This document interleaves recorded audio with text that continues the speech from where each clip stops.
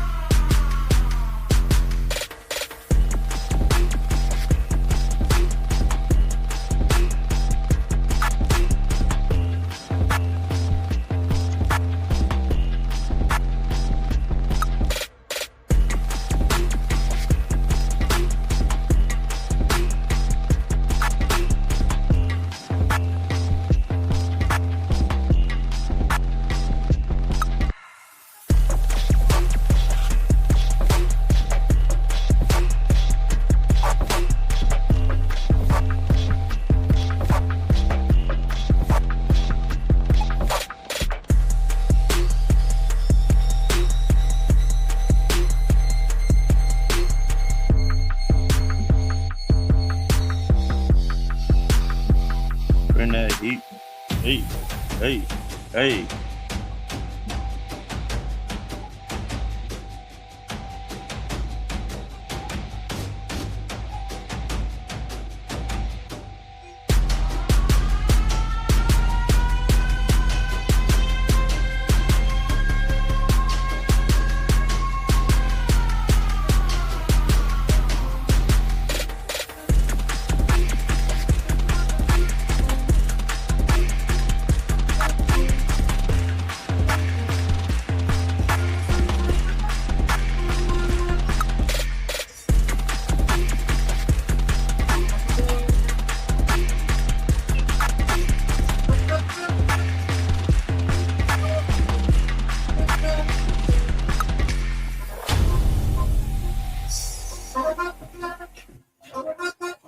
I don't know what that background music is we got there, but welcome back, everyone, to another edition of The Big Show. This is the original. This is the big one, the big dog, the big show. Facts over feelings. Come on now, the podcast. Real sports, real talk, no filters.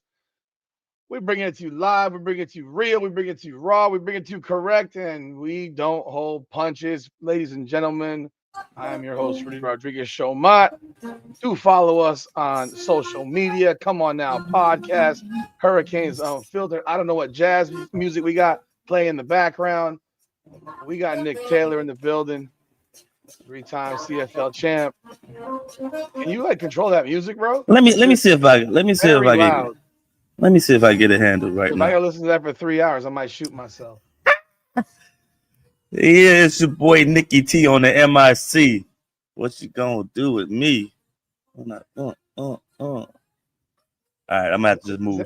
Is that music in the background? What it's in the background. I don't know, man. I don't know. I don't like it. I guess they get you in the mood, and it's like it's only do it on Tuesday night. It's not. It's today's Wednesday. Wednesday night, same thing. Tuesday, Wednesday, same thing. I'm about to move, but let's see how long you could take before you kick me off. Yeah, it's a little. I mean, it might be annoying for our viewers. I mean, just being honest. Yo, people. Another crazy week of sports. Another crazy couple of days of sports. I didn't even fit all the topics into this thing because there's a bunch we're going to talk about. We got, obviously, the CFP, college football playoff, the madness, the crap with Steve Sarkisian and him running his damn mouth about Texas and then talking shit about the Miami Hurricanes and scoring points late in games as if that has not been done in college football for literally the entirety of my human existence. Who should be in? Who should be out? Chris Paul has been cut by the Los Angeles Clippers in his farewell tour. If that is not the dirtiest crap I've seen, I don't know what is. Is it over for Chris Paul? Did his farewell tour end before it actually started? You gotta let an old mother lover like that go out on his own. Shedeur Sanders had his second start of the season for the Cleveland Browns. I look forward to hearing how Nick decides to flip this and make it sound like he played great. Was it a disaster? The Jerry Jeudy beef? Eh, we'll talk about that. This is a Nick topic here. He brought this up because I ain't have no interest in talking about this dude, but we can talk about him. Has Deion Sanders' time in Colorado been a complete failure? And this is one we brought up last week. Are the Kansas City Chiefs done? Because they lost. And that was actually what we talked about. If they win, they're not done. But they lost. So, I mean, it's going to take one heroic miracle, in my opinion. And yes, the Miami Dolphins are continuing to win. Cannot tank properly. You brought up this topic, LeBron James and a farewell. I have absolutely no idea what Nick is talking about, so maybe he can clue me in. And then finally, we got Lane Kiffin. He quit. We all know about it. And now he's acting like he's some generous motherfucker, sending his offensive coordinator back to help Ole Miss play in a playoff game. That still has not been 100% determined, but they seem pretty safe. Let's jump in, Nick. CFP madness. We were on live last week when it was popping, or it had just popped. No, was it pop? It had just hit. Did you see the rankings? Obviously, I presume you saw them. Yeah, I've been hearing you go off the whole day. I've been listening to you all day. Did you watch the live that I did last night? Yeah, I watched that this morning. I had almost 190 people in the room. I watched that this morning. I said, "What is Rudy going off about?" I mean, and you were fair. You were fair. Going off. I think you were fair. I think you were pretty fair in the situation that we got right now, and the bullshit that they're spewing at us, and they're trying to flip it into, a way so they can get off the hook, and hoping that certain teams get by and don't get by. But Miami got the fucking and y'all know I can't stand Miami, so I hate when I have to come and be Johnny Cochran and defend them. Because if the glove don't fit, should be acquitted or whatever it is, whatever he said. But is in a predicament right now, man, and they're hoping and praying for other teams, and I don't understand how the ACC commissioner doesn't get them in the championship game for the ACC sakes, and now you're hoping that Virginia wins and they can sneak in. Right now, it's just a mess. At the end of the day, and now you got you got the whole Notre Dame, you got the Alabama situation. Who should be above who if Alabama wins or Alabama loses? Mm-hmm. What happens? And they're saying things that they didn't say last year. Notre Dame and Miami, things could change next week because guess what? Everybody is flipping on them. Everybody is saying they're full of shit and they look rigged. They look like y'all are definitely trying to get Alabama and Notre Dame in it by any means necessary, no matter how it goes. Because right now, Rudy, why the fuck would we play week one of any football season anymore? Because it doesn't matter. Week one of college football doesn't matter. From now on, nobody schedules anybody big for week one or anybody for that sake. Go schedule Bethune-Cookman. Go schedule fucking Grambling State. Go schedule a JUCO for all I fucking care for right now because it doesn't matter. If we're just going to erase week one and don't count it, like it and then you have other teams who are using it like Sarkisian, like, well, we played Ohio State week one. We should have played them. Like, motherfucker, you lost. This is what football is about. You're about playing teams, seeing who's better. And if you didn't win, guess what? You got 11 other games to still to make your season prove that you're worthy of going further. It's not like old times. If you lose one game, it doesn't matter. Y'all lost another game. Y'all lost to fucking Florida. How do we throw that out the window? Your quarterback, who we thought was a top quarterback, who they rolled his penis all off season. They told us that he was amazing. He ain't shit. He ain't no Manny. He ain't Peyton. He ain't Eli. And your team has struggled most of the year. You have some big wins, but it doesn't matter now. Y'all shouldn't be in there. Y'all had a big win last week. Who cares? Who cares? So now week 1 doesn't matter unless you play the big team. Now you want to throw that away because I played a big team. I should have scheduled a big team. It's just a tragedy for college football right now, and I don't like it. I don't like where it's going because I'm not scheduling any big games anymore. I'm not doing it. Why? Why? Because if I win, it doesn't matter. If I lose, I'm gonna say it doesn't matter. Nothing matters week 1. And my other thing is with college football is why have rankings week 1 if later on in the season when we're going in and determining who's beat who, and you're gonna say, well, they have beat one ranked team all year just because they only have one ranked team on their schedule at this point. But when we played that team at that point, they were ranked. What does it matter ranking teams unless it's just for college purposes for us to watch a bullshit ass game at the early in the season because we see the number 10 team play the number 13 team, and now we're tuned in. Because that's why we're tuning in. Because if they didn't have those numbers next to it, we wouldn't care as much, Rudy. We wouldn't care. You said differently. You said you think people will still be locked in. I don't think as much. No way, no how people care as much if those numbers weren't next to them. So, I'll preface that in this. We'll go okay, but now you use that against other people later on in the season because they're no longer ranked. Well, at that moment, you thought that team was that good. And all things could have changed after a loss. Teams spin out of control. They could be a good team, but a loss could change your trajectory and how people feel and how you come into to practice the next day, how you come into meetings the next day. Now, there are teams that are better and they can handle it. And there are teams that will go down the drain, and they could have been a good team at that point. And you thought they were good, but now they're not good. And now strength of schedule is changing because how their season played out. So if that's the case, do away with ranking teams to start the season. Come in, let everybody play and battle it out. And then at the end of the year, when I see a team is 9-2, who we thought was shit at the beginning of the year, but now they look good, and we're doing rankings. We say, hey, that team played that team who ended up being 8-3. They actually were a pretty good team, and they beat them.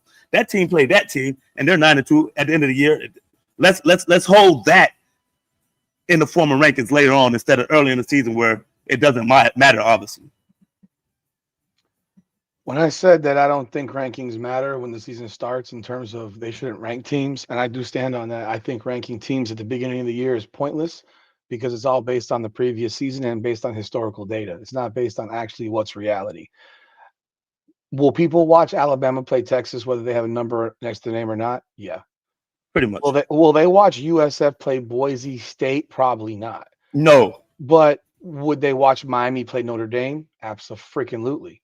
So that's what I mean when I'm talking about people are going to watch these games no matter what, because the games that you're talking about are typically monster matchups that you know are going to be monster matchups no matter what the number is next to them.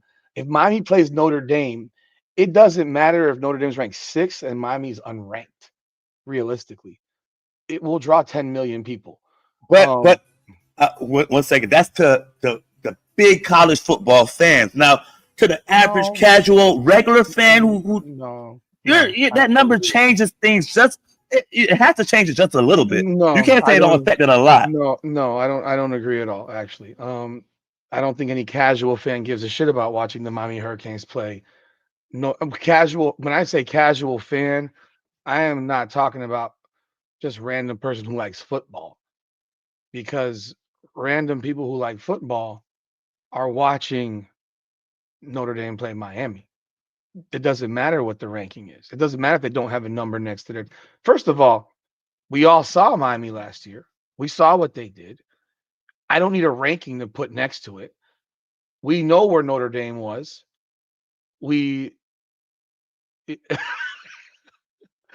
Yeah, it looked like I was just telling him to shut up because he was talking while I started the live.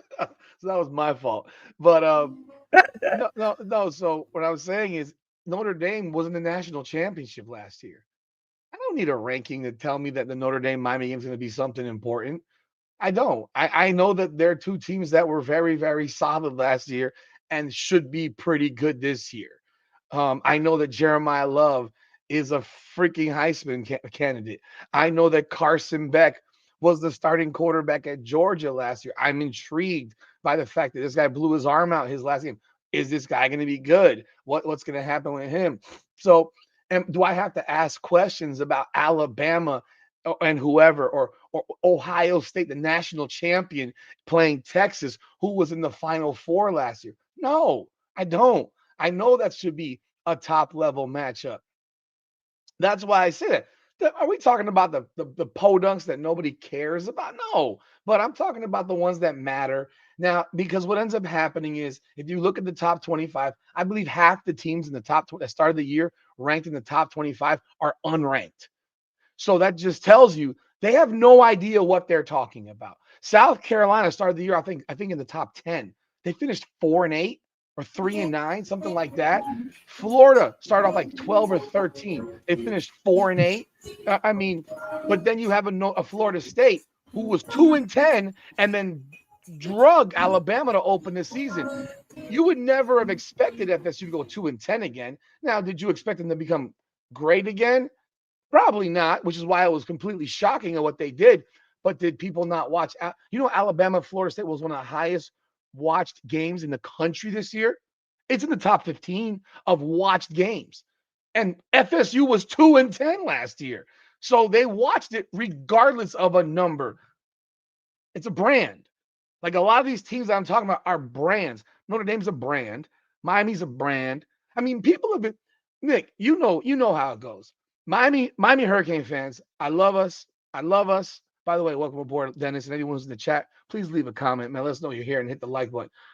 I love Miami Hurricane fans, and then I also hate them because they live in a flippant state of delusion, completely delusional fan base, as is the case with almost every fan base. We have a fan base that, quite frankly, thinks that we should be 12-0 every year, and we haven't won 10 games but 3 times in the last 20. So how can you sit here every year and say we're going 12-0? Because I remember when I covered the team, I would get crucified for saying we're going 7-5, because the same type of thing that existed back then was, one, you don't know what's going on internally within the program. You don't know if these guys hate each other. You don't know if they don't respect the coach. You don't know what's really happening back there. We only know what they tell us because they don't let us in practices anymore. Like they're not putting, their SIDs aren't putting out, oh, XYZ got into a fist fight with XYZ. Oh, XYZ is smashing XYZ's girlfriend and they hate each other. And one is playing left guard and one is playing left tackle. I'm just throwing that out there. So left tackle might just push the guy into left guard and like, I'm moving out the damn way.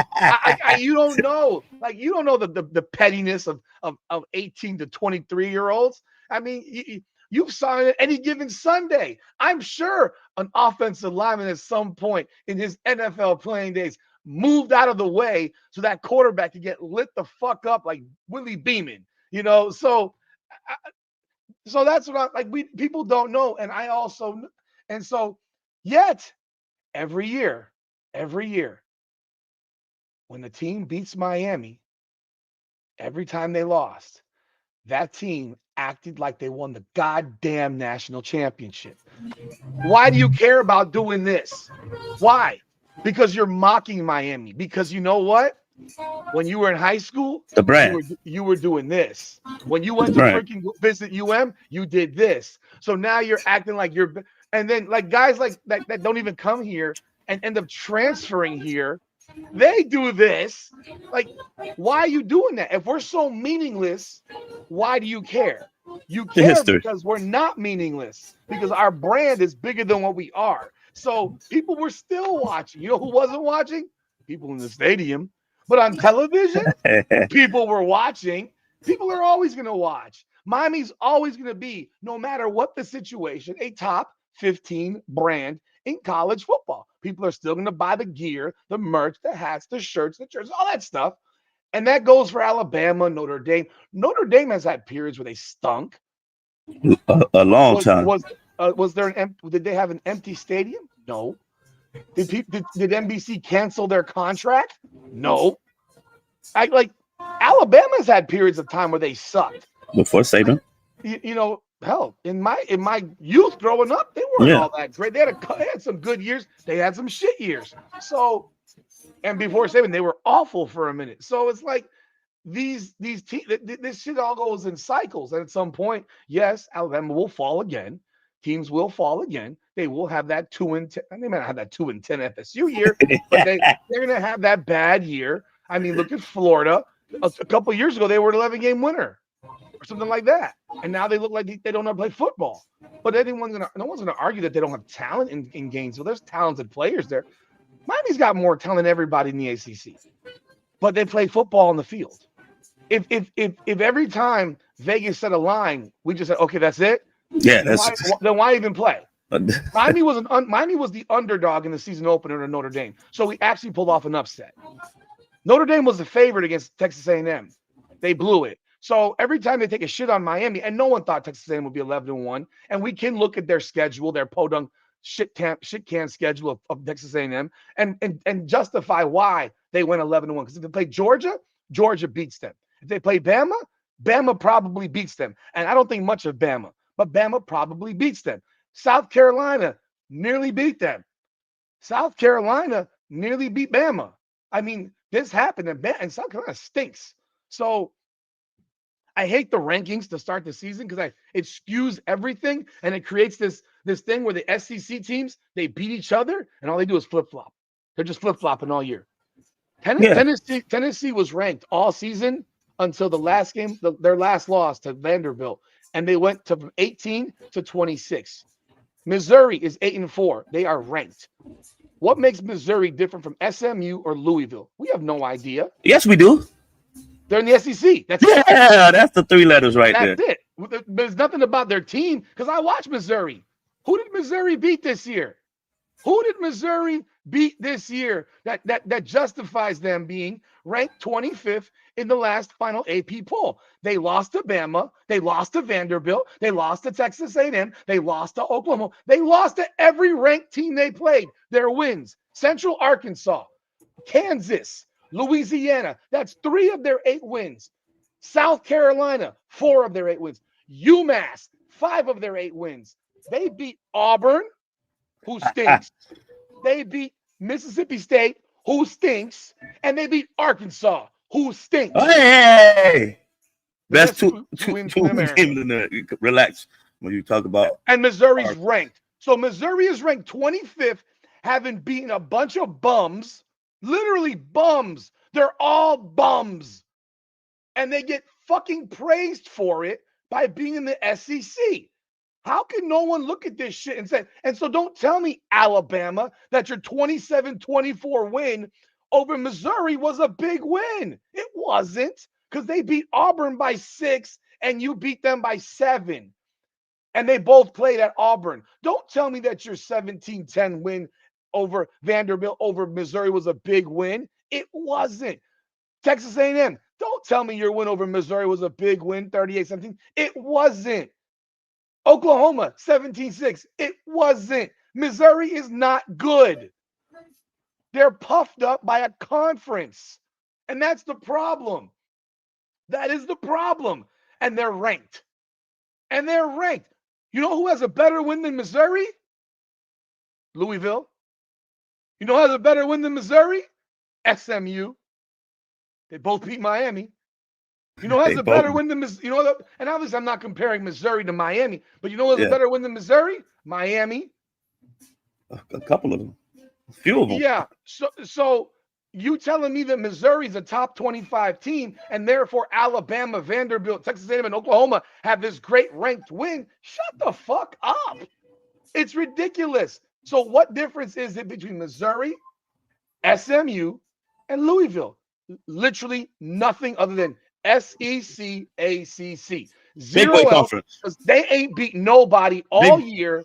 And they beat in conference, they beat a 5-7, 5-7, and 2-10 team. Like and 4-8 team, and then 4 non-conference podunk motherfuckers. So yeah. And personally, me, I came from a little school and I played college basketball. So when I got to pros and I seen all these SEC players make it to the pros and I seen the motherfuckers get cut, or I actually see them do drills, and I'm like, this mother ain't as good as me. Or this other person from a small school, but just because they have that name of the SEC, they got more looks. They got more opportunities. Rudy, I seen a a player come to the CFL, Alabama. I don't want to call his name.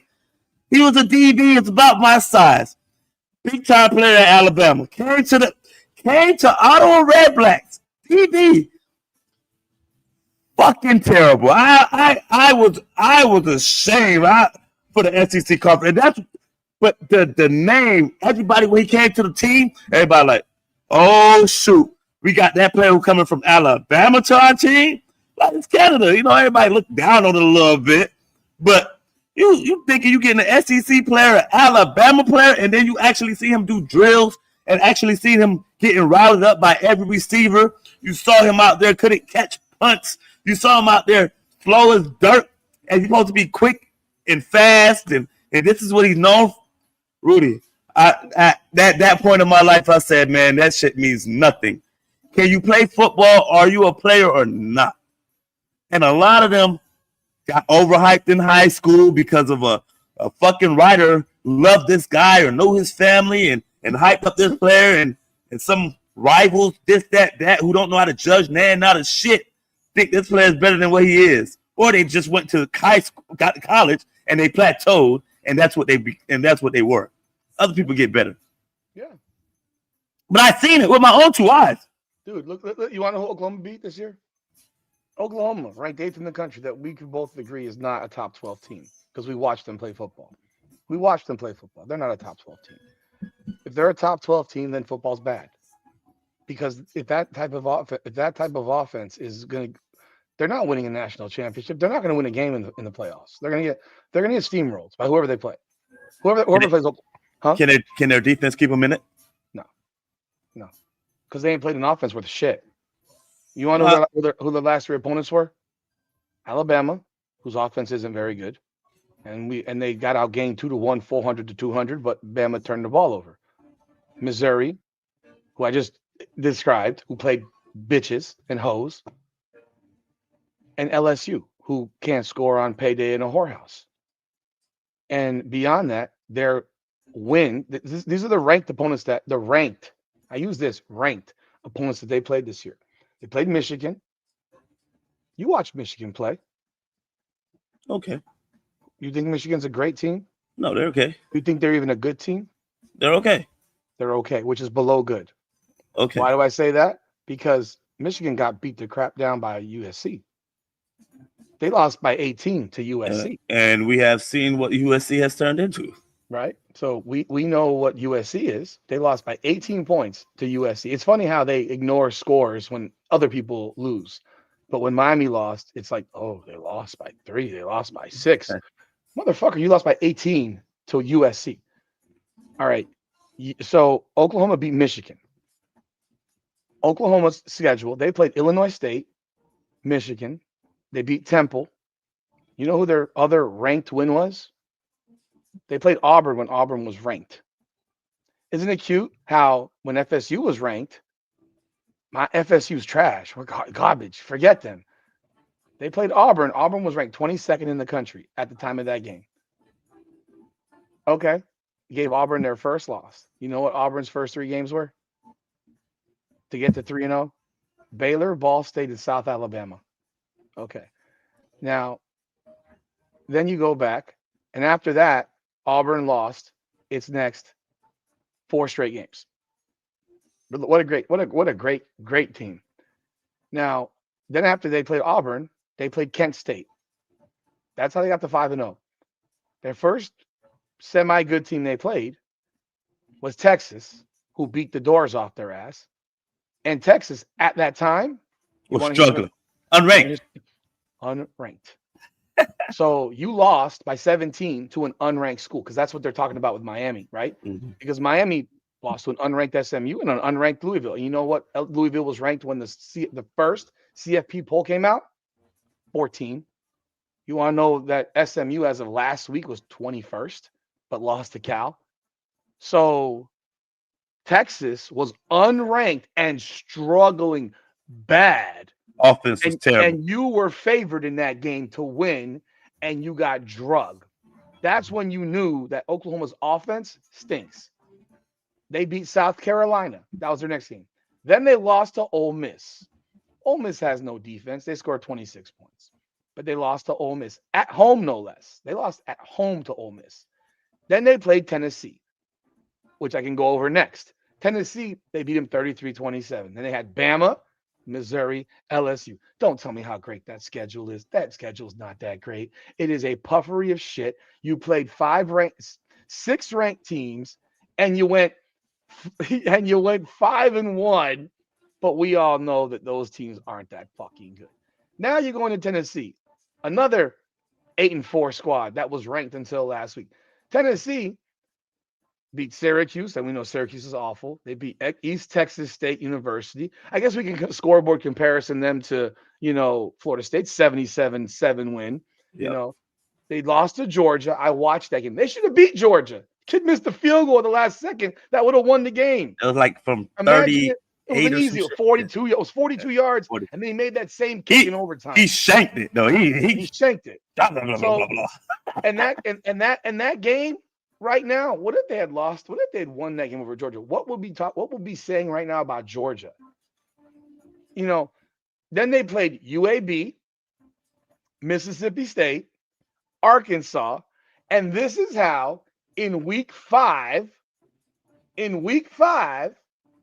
Tennessee's ranked 12th.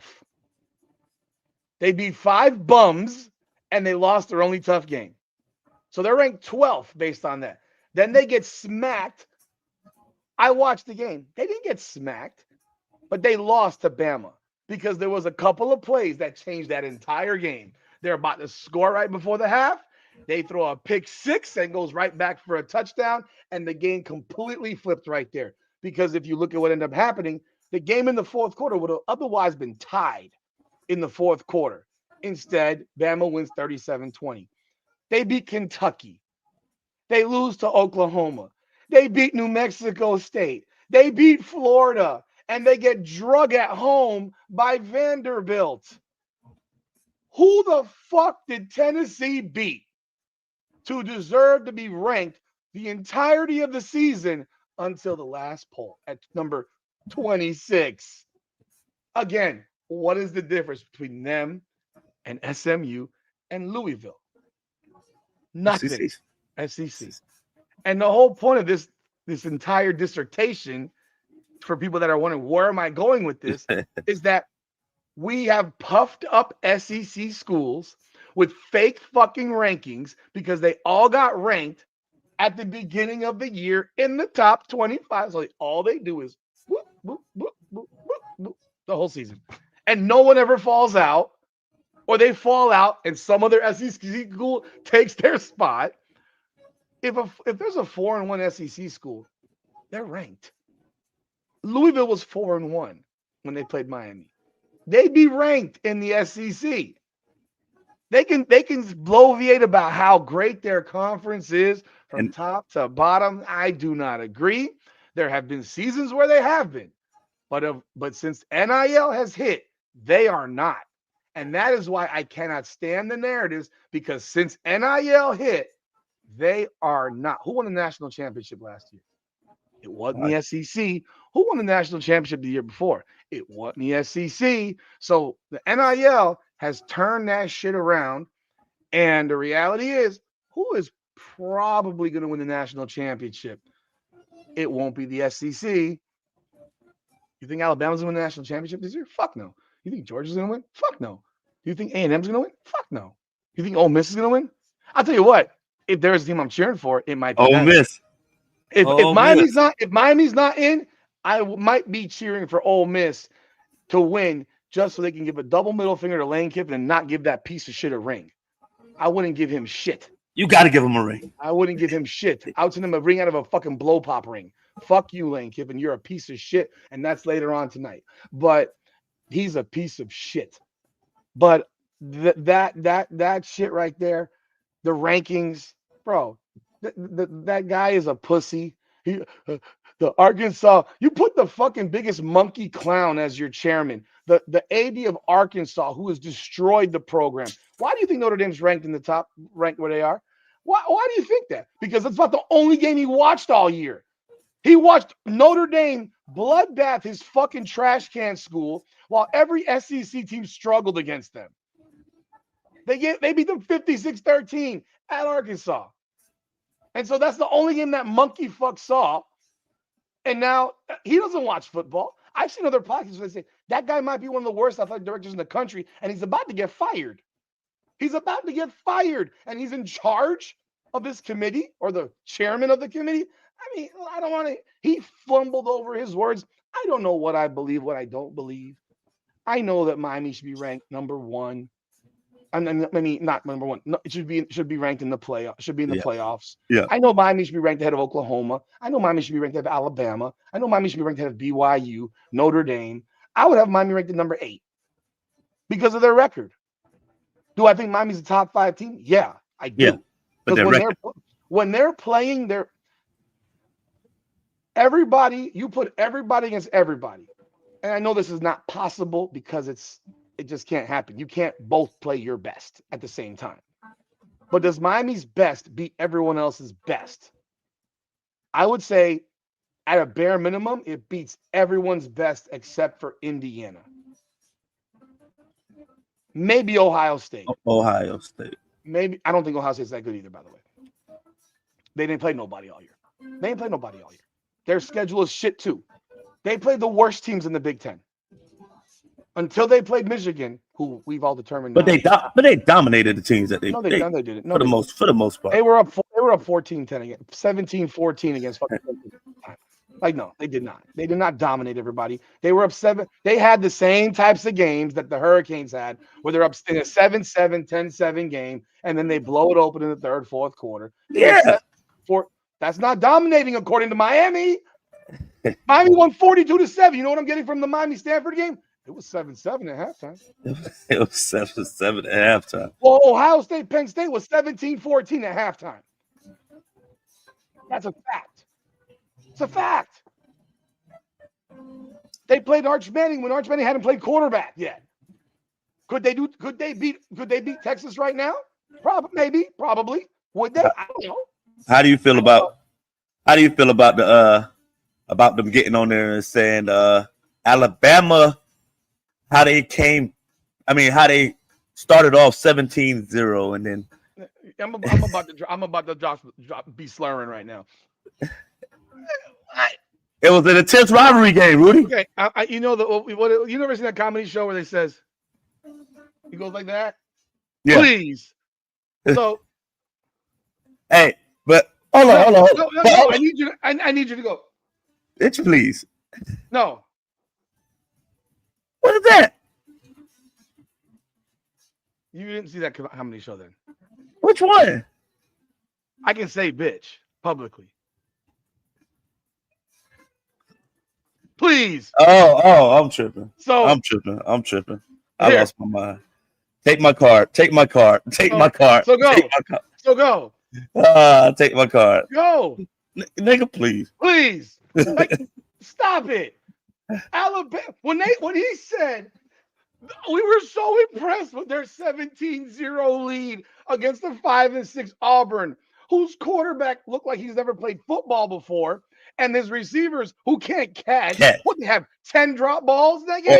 Or hold on to the ball. I mean, my God. And guess what? Oh, they blew the whole goddamn lead and needed a bullshit missed holding penalty. Rivalry game, Rudy. Intense, right? Hold on. Was it Miami up 28-3 in an intense rivalry game? Yeah. Oh, okay. Yeah. Maybe I don't know. And I know they ended up 28-22, and we all watched how. But they won the game in an intense rivalry game. They were up 28-3. Shouldn't you be impressed by that start of that intense rivalry game? So this is an FSU fan giving me my argument, and I wasn't even using that because the fact of the matter was FSU was never in that game. No. Auburn had a 20-20 game, and there was a clear holding that got missed, which gave Ty Simpson a first down on that final drive on 4th and 1 because he would have been dead duck. That damn DB got fucking turned around. Okay.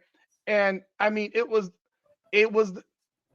yeah, I know, Duke. I understand. I get it. But that's not the point. That's not the point. That's not the point. That's not the point. We all know what the point is that Other teams don't get away with that.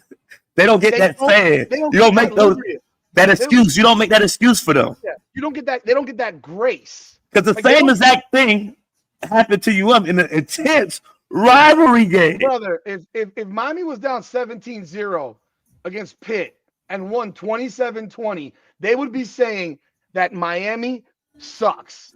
They would be trashing Miami. Miami wouldn't even be in the conversation now. They would be like, oh, they would have dropped. They might have dropped. Yeah. It wouldn't have been, oh, you played an 8-3 Pitt who was playing for a chance to play for an ACC championship. It was, oh, no, they're not very good. That's a trash-ass Pitt squad, blase. Not the Pitt that just beat Georgia Tech on the road, whooped their ass.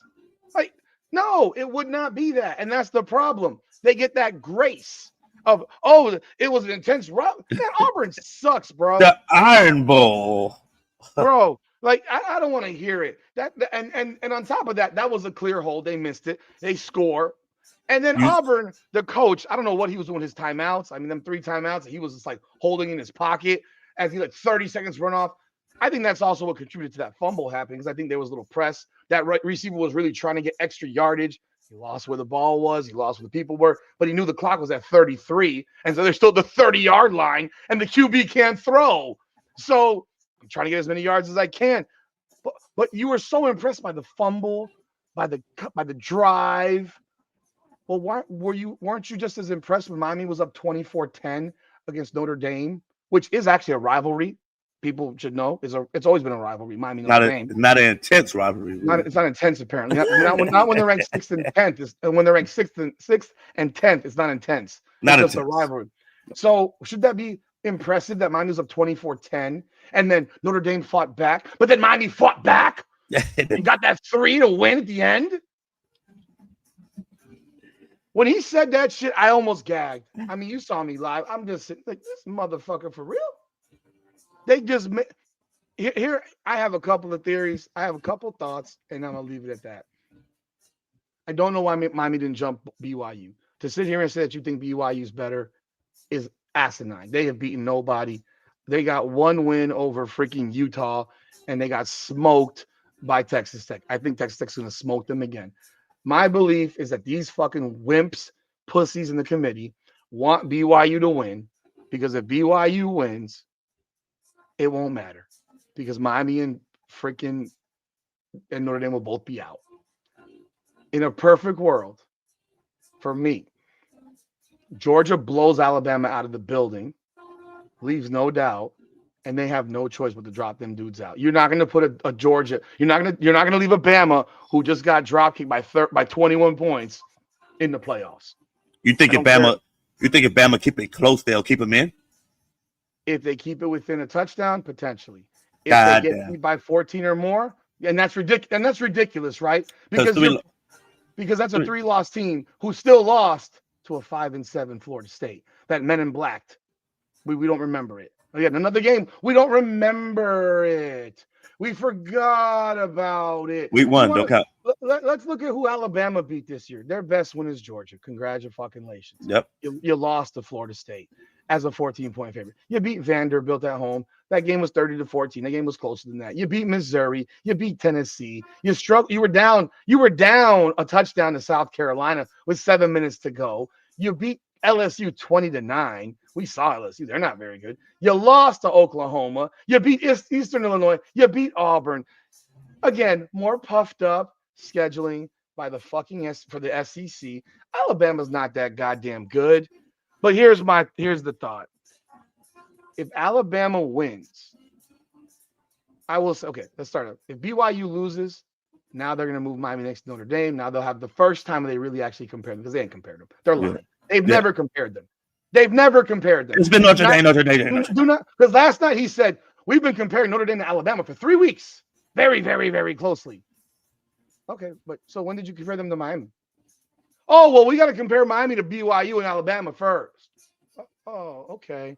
So you're telling me that the 49-20 win by Notre Dame at Stanford, which was a wipeout, was less impressive than a 27-20 blown 17-point lead against 5-6, now 5-7 Auburn because it was an intense rivalry game. Get the fuck out of here. Like, stop. No, what you did was you put Notre Dame closer to Miami.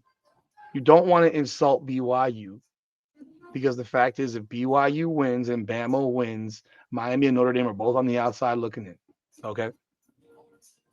Final, but if BYU loses, I do believe at this point that they're going to jump Miami over Notre Dame.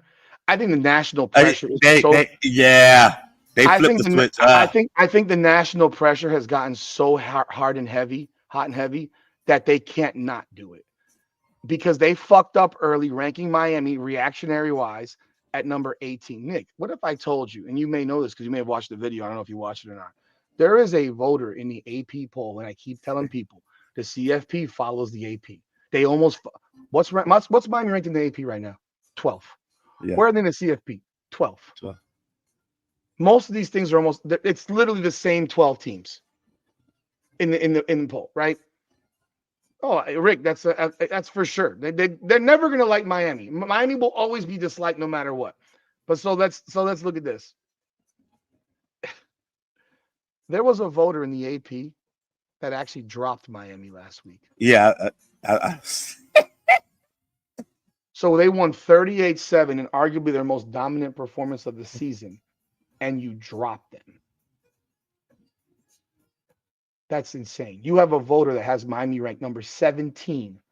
17 behind number 9, James Madison, number 13, North Texas, and number 16, Tulane. North Texas lost to South Florida by 27, and Miami beat them by 37. Tulane lost a laugher. Tulane lost by 35 to Mississippi, Ole Miss, and lost by 22 to 6-6 UT San Antonio. And you're telling me that Miami has a bad loss to SMU on the road and Louisville, both 8-4. And James Madison's only loss was against Louisville by 14. They celebrated beating Washington State, who's 6-6 on their home field. James Madison played a 14-7 game against a 1-11 Georgia State, and did not lead that game until there was 9 minutes and 50 seconds to go in the game. Hey, my nephew at Georgia State. Shout out to him. Good year, bro. God damn. And this voter had the most extreme votes for James Madison, UNT, and Tulane, and Miami. And you want to know why Miami's not ranked higher than 12? Because of guys like this and these other clowns who have Miami ranked 17th, 16th, 15th, 14th. Come on, dude. I know when somebody visited the city and they girl got took by somebody in my head. You got a motherfucker. You got a goddamn voting system in the AP where you got guys that never picked up a football in their fucking lives. I'm not saying you need to play college football. Mind you, you have Kevin Carter, who's a voter who played at Florida, who's been on television shredding Miami. How are you a voter, bro? You can't be doing that, bro. You're a hater, dude. That's a hater. You know, I'm a hater, Rudy. I know, but he's a hater who's publicly saying this shit. These people have influence. They don't act like they don't. I know the guy for the Miami Herald. That dude ain't never played football a day in his goddamn life. I mean, most of these people have never played tackle football at any level a day in their damn lives on that. You got a woman this year. No offense, women. Y'all shouldn't be voting on the fucking college football on rankings. I'm sorry. I'm gonna be sexist as fuck. Y'all shouldn't be ranking. Y'all should not be voting on men's college football the same way men shouldn't be voting on women's college volleyball. Bro, I'm sorry. Men shouldn't be voting on women's college basketball because we are jaded as shit and we have opinions. And I mean, like, I'm sorry. That's sexist, Rudy. I said it was. That woman voted Florida. She moved Florida up after they lost to South Florida.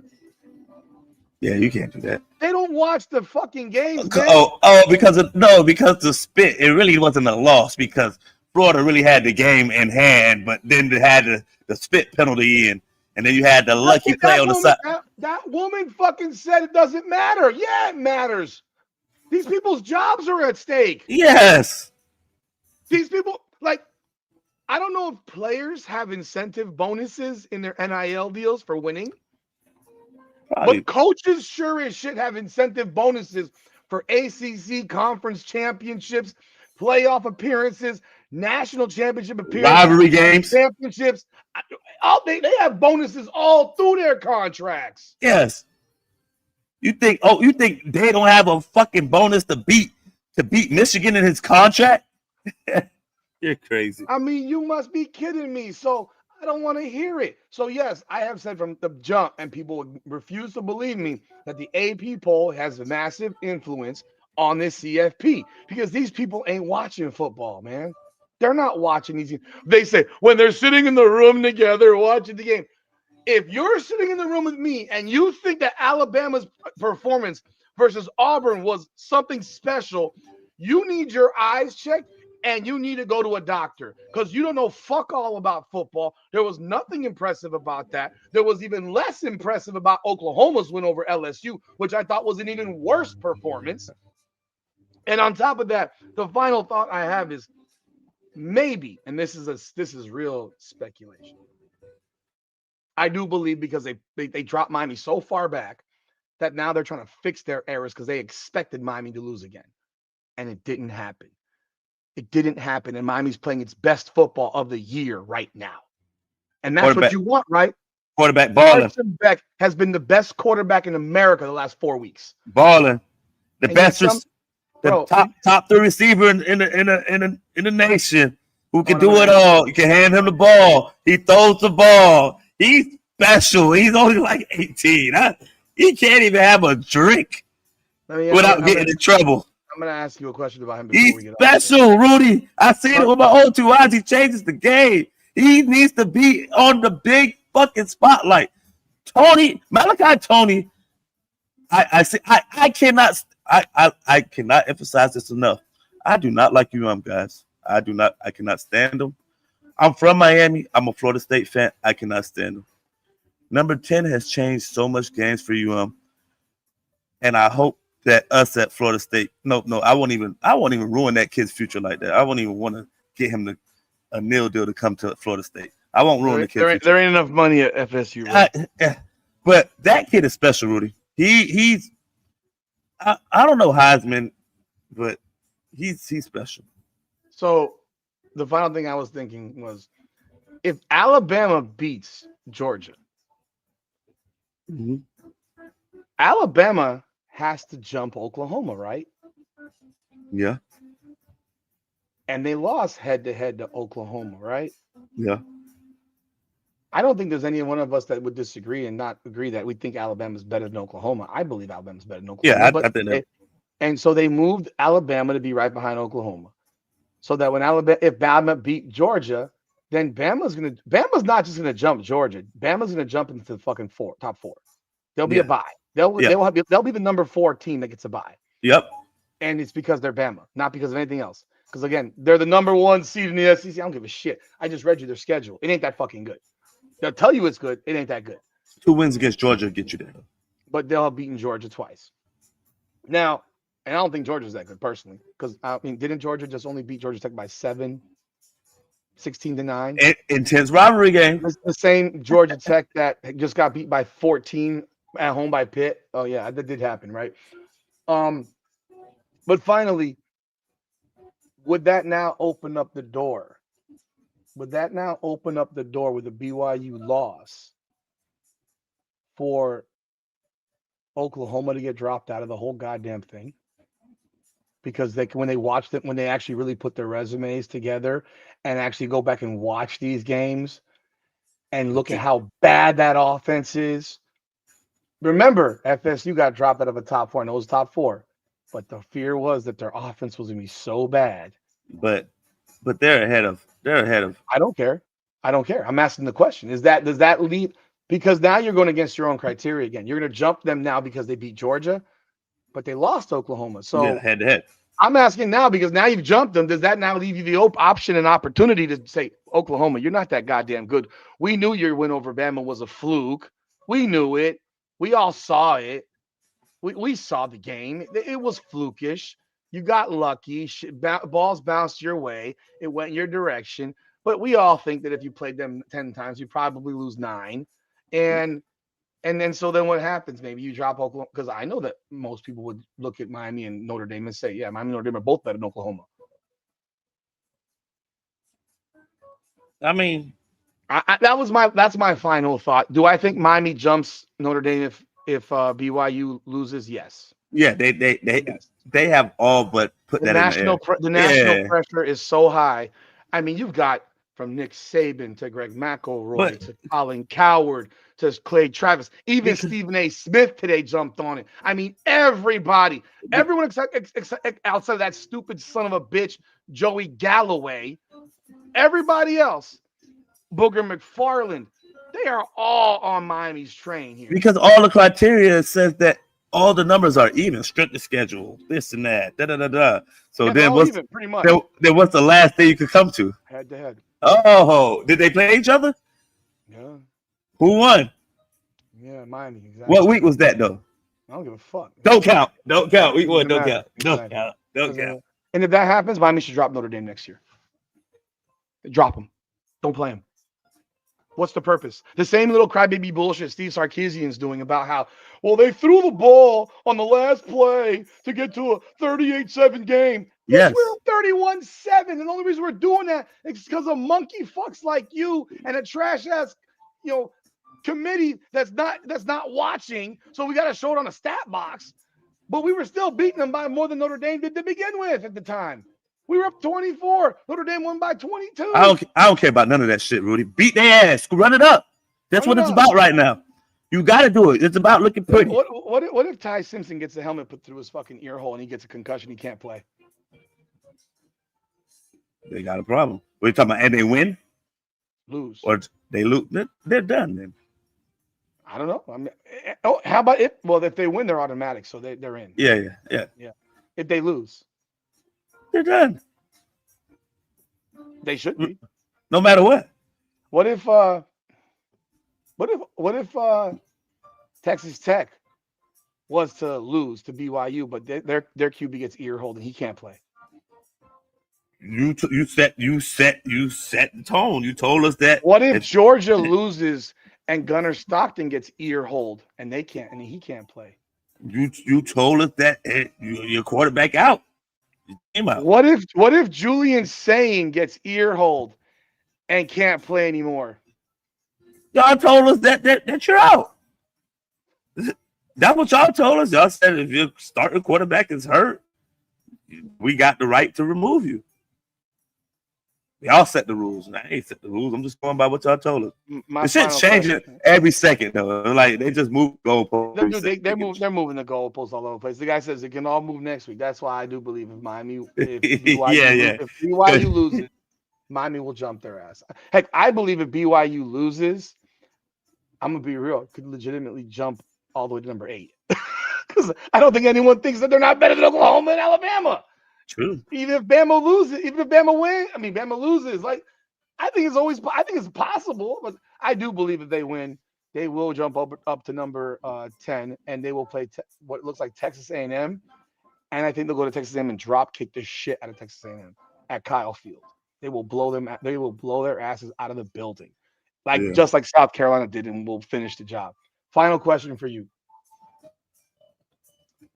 and I'm going to acknowledge it's not going to happen because they have failed at marketing. Should Malachi Tony win the Heisman Trophy? Not will. Should. Should. Yes. Should. Yes. I've seen enough. What hasn't he done? Top receiver. Hand the ball over. Game changer. Punt returner. Flip the field. Best player. Best player in college right now. He's the best player in college. Right now. The freshman is the best player in college. This is not a hot take. This is not a hot take. You might think it's a hot take. He's the best player in college. Others might think that, Rudy, because he's not. A lot of people. I did a whole video on it. Malachi Tony is the best player, all-around player in the country. He is more impactful on the Miami Hurricanes than any player in the nation. Because why? It's in many ways. Because there's many ways you get the ball in his hand. Punt returns, hand the ball off. Shit, let him throw the ball. I mean, catch the ball. I'm gonna do something real. I'm gonna do something funky here.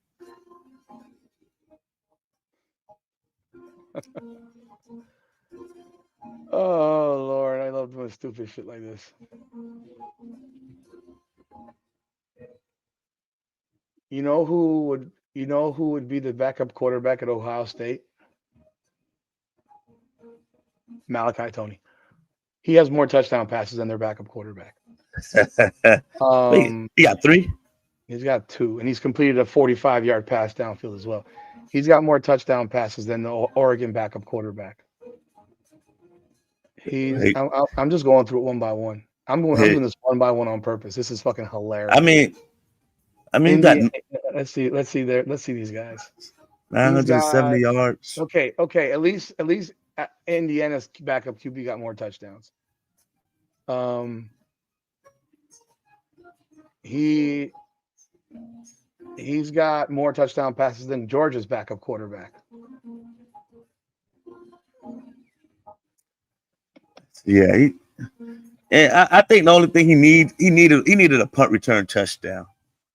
He was at the 8-yard line, and then they fucking dropped the touchdown pass. He need one right there, bro. This guy, and then he needed to hit that he needed that other touchdown throw. That did it get called back, or he just didn't? He missed it. He missed the throw to the running back. He missed it. Oh, this kid is 6th in the country in receptions. He's 16th in receiving yards. People say, I had someone say he doesn't have 10 touchdown catches. Well, he doesn't run deep balls. He's a slot. And he turns the 5-yard play into a 15-yard play. Yes. He's the yak master. If you go look at if we could add it up, how many yards he has after contact, it must be out of this world. His punt return skills, they stopped punting him the ball. Yeah. They don't play him the ball. Stop punting him the ball. He's playing quarterback. He's on the end arounds. He's making decisions on an end around, throwback, whatever. This guy's thrown more touchdown passes than most of the top 12's backup quarterbacks. When you play UM, and this is no disrespect to the quarterback or anybody else on the roster, who do you game plan to stop? Malachi Tony, man. Malachi Tony. So that tells me that's the answer right there. And I'm not saying he's the best wide receiver in the country. No. I'm not saying that. He's among the top few. No, for sure. But I will say this as well. You can tell me Jeremiah Smith's the best wide receiver. Does Jeremiah Smith have more impact to Ohio State than Malachi Tony to Miami? No. And I bet you Jeremiah Smith would agree. I bet you Jeremiah Smith would be like, that's that dude. Yeah. He is the best player in America. And the fact that I'm saying that, he's the best all-around football player ever to come out of the University of Miami right now. Ooh. Ever. He is the best all-around offensive football player. Offensive and special teams combination. All-purpose player. Sonoris? I mean, not Sonoris. The only one I compare to him is Santana Moss. Santana, yeah. That's it. And he didn't do this as an 18-year-old. No. Santana's the only person I'm thinking about. He's the only one. He is the only all-purpose. Is he the best receiver ever at Miami? Nah, probably not. Is he the best punt returner at Miami? No, probably not. No. But in totality. But in totality, you put it all together, and he's throwing the ball as well.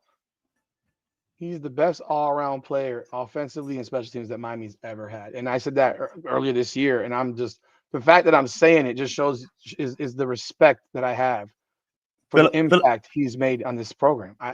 Phillip Buchanan? Fuck no. He didn't play in the offense, by the way. He's a cornerback, but fuck no. It was in a return game, though.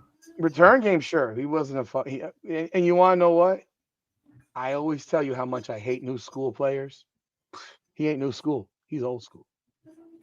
He even dress old school. He's an old school. He got the jorts on and all that stuff. He is old school. He is get it out the mud type of dude. I mean, he is a worker. It ain't just he's the same height as you. He's like 5'9". Small. God, 5'9". Like fuck. They listed him 5'11" or 175. Might be 175. He's not no 190. Like no. I've stood next to this kid, man. I'm looking in his eyes. Like, it's like, come on, man. No, the guy is second. He's unreal. He's unreal. He's special. So, and I 2 more years of him. Get him out of there. I can't wait for him to leave. I need him for 3. I can't wait for him to leave already. All right, so that's going to wrap it up for this topic here. We went an hour on that topic. We don't have an hour for these other ones. We'll get these ones cracked out a little bit faster. Let's jump into the next one here. Chris Paul. I had no idea. I had no idea. I mean, dead ass. I had no idea.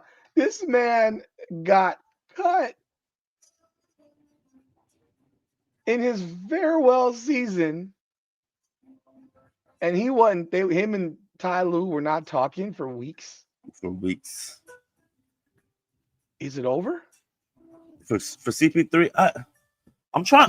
There's nobody pick him up. I all day, because he's not going to a bullshit team just to finish his farewell tour. There's got to be a contender. What contender needs him? Like, he can't move anymore. He looks like he looks 40. He looks 40. Like. The old school 40, nowadays people have a different interpretation of 40 because they, look at LeBron. You're like, oh, 40, you can still LeBron's for the most freak. Yes, exactly. LeBron's a freak. But Chris Paul looks 40. He looks like he has a bare belly. He looks pudgy. He's already like 5'11". And when you get older, you don't work. Certain players you like. When that motherfucker retires, he's gonna be fat. Oh, he'll be fat. He'll look like Ray Felton. Chris Paul has that. As soon as he retires, he'll be fat. He has the natural. Once I'm done playing, I have the fat man body. He can't move anymore. I thought he played pretty well the other day when they played Miami. I thought, he didn't even see it. He came in and he gave them a little, a different flavor. He made some good passes, but Deion Mitchell flew past him one time. He just stood there. I was like, okay, all right. But I can't think of a team.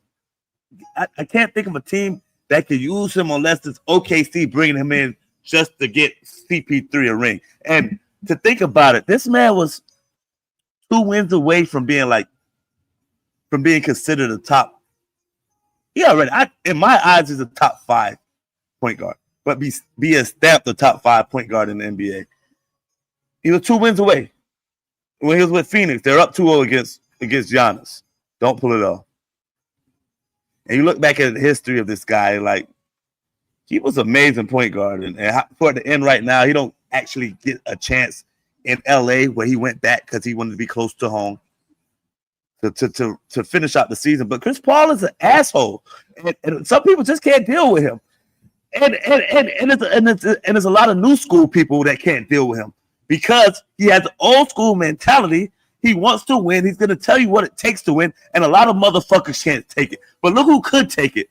SGA could take it. SGA, look what his career turned into after being groomed and helped by Chris Paul. Look at him. Because look at SGA demeanor, how he deals with shit.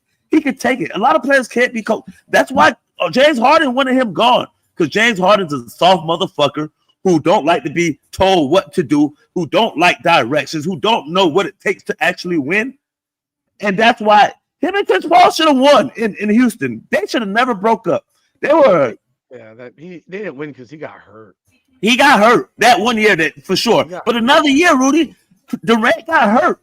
And all they had to play was a regular Golden State. All they had was Steph and Clay, the regular team. They weren't souped up with Kevin Durant, 2-2, and you don't pull it off. They had another chance to add him, and they lost both games. But wasn't he hurt every single time, or James Harden got hurt? I know he No, got hurt. Like every year, he's going to get hurt in the playoffs at the I wrong think he time. got hurt in probably like game 6 And in that then series. Harden always disappears in the And big games. Harden, because he's a pussy. Mhm. But it sucks to see his career go down like this. But he's an asshole. He's gonna demand everywhere he went. Blake Griffin, he demanded more out of him because he saw the potential. Harden, he demanded more out of him. He saw the potential. It sucks for him. Phoenix, they ran him out of there. I think that was the worst thing they could have did at Phoenix once they got Kevin Durant. You needed a floor general, and you went and got Bradley Beal, and look where his career went. I feel bad for the guy. I actually do. I think it's a lowbrow move by the Clippers, especially considering he played there for many years, and he announced that this is it for him. Yeah. For them to release him, I think is really low class. It's not like the Clippers are going anywhere. So you don't think that's actually good that they gave him a chance to go somewhere else, or you just let him ride out? I mean, he played in LA unless the Thunder take him back to be a backup, but he's not going to play. No, he's not going to play over at there. all. Like at all. No. You're relegating him to being who's the Heat's 12th man? I don't know. You're relegating him to being the Nikola 13th, Jovic at this point. The 13th, 14th, or 15th inactive guy on the roster, man. Yeah. He's not going to play unless they're blowing people out. And the writing's been on the wall for Chris Paul for a minute. You could see he's gotten slower. I mean, it's father time. It happens to everybody. It's nothing against him. You are right. He has been considered an asshole. And every time he leaves, it's unceremoniously. It usually is by year 4. Everyone's sick and tired of his ass. They can only deal with it in spurts for 4 years. I think Clippers was 6, but for most of them it was only 4 years before he's worn everyone out because he is such an asshole. In their opinion, I don't know him. I don't know him, so I can't. It didn't seem like he did that in OKC, because him and SGA are still best friends. Okay, well then maybe that would be the only option. Because like if you told me the Miami Heat were looking, I'm like, you're out of your. No, he can't. We know who the hell we would want. I know who I would want if that was the case. It would not be him. He would not help us. He's a turnstile now. I mean, for that, we might as well have Duncan Robinson playing defense, for Christ's sakes. And Tyler Hero and Max Strus all play defense together. So, yeah, I feel bad for the guy, but I think sometimes these guys have got to recognize when it's over with and bow out with dignity and pride and saving face, because this is about as embarrassing a way to go out for a first ballot Hall of Fame player as you'll ever see. I don't know that any guy of this level has ever had his career end like this. Now, Melo got a chance to come back. Almost everybody has. Like, it's very rare to see someone bow out like this, cut 25 games in, 20 games in, and you've already announced this is it for my seat. This is then my last year, and then they do this. It's low level to me. I think it's classless. And I mean, do I think he's a top 5 point guard of all time? Yeah, that's the question I wanted to ask you. Do you think he's the top 5? What, you put him top 10? What, probably. What number? I'm thinking like off the top of your head right now. Off the top of my head. See, here's where you might get me, or I might acquiesce. Because he's a point guard. Because he's a point guard. I don't think Steph Curry's a point guard. And I'll stand on that. I don't believe Steph Curry is a point guard. Steph Curry is the prototypical combo guard. He is a shooting guard, realistically. He does not. You know how you say guys make other guys better? He doesn't make them better by passing the ball. He makes them better by shooting from 40 feet. His ability to spread the floor makes everybody better, but it's not like he's dishing dimes and shit like magic. Steph Curry is a phenomenal passer. He gets in trouble because he gets trapped in those situations and he can't make those passes. But look, no. If Steph Curry has the ball in his hand, he's not getting trapped at the top of the key every time he runs a pick and roll. He's gonna get trapped. He's a fucking guy. He shoots from 30 feet out. Okay, so it's different. So as a head coach who has any kind of sense, I'm gonna use him both ways. I'm not just gonna keep him in a bottle. I'm not looking. I'm gonna look now. But has Steph Curry ever averaged 8 assists in a season? I think 7.5 might be his highest. He ain't a point guard. 7.5 is not he ain't a point guard. It got to be 8.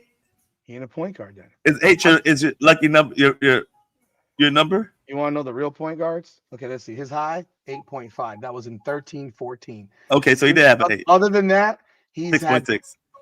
Other than that, he's only got one season over 7 assists, and the rest of them are 6.9 and below. And he's got 1, 2, 3, 4, 5, 6, 7 seasons under 6 assists. He ain't a point guard. He met your criteria. He met your criteria. You said 8. He had an 8 year. No, you said 8. I asked you, did he ever average 8? I didn't say that was my criteria. You want my criteria of point guard?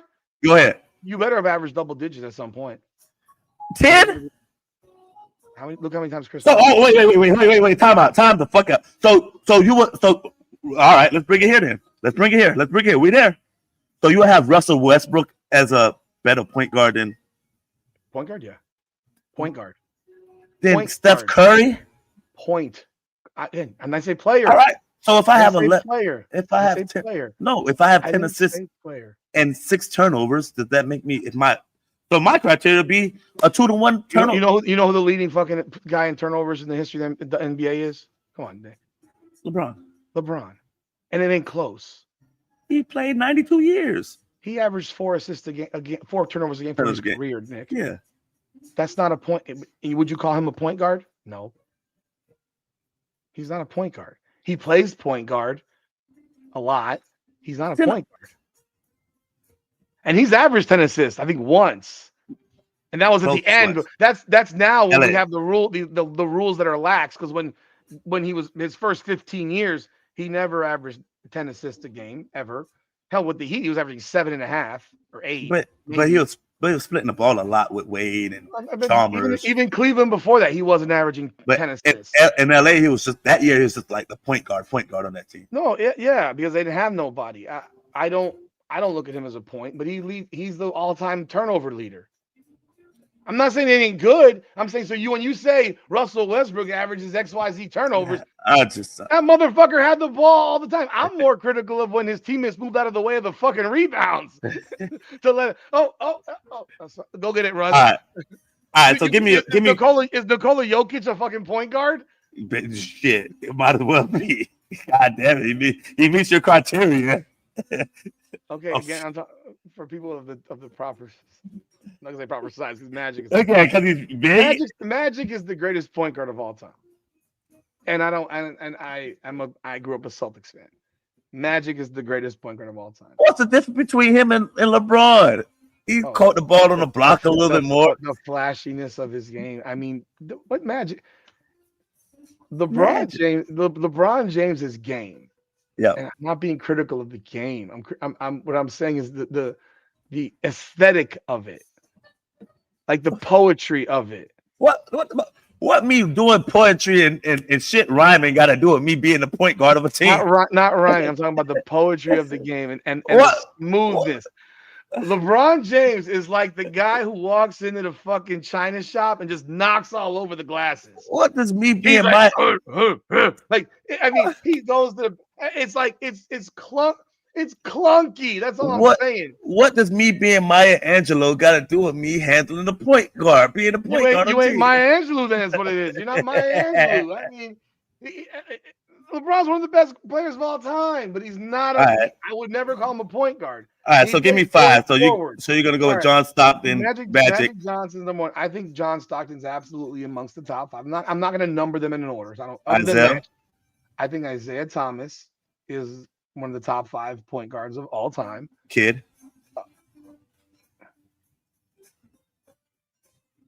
I think that's where it gets funky. Kid, GP, I think they're I'm all not.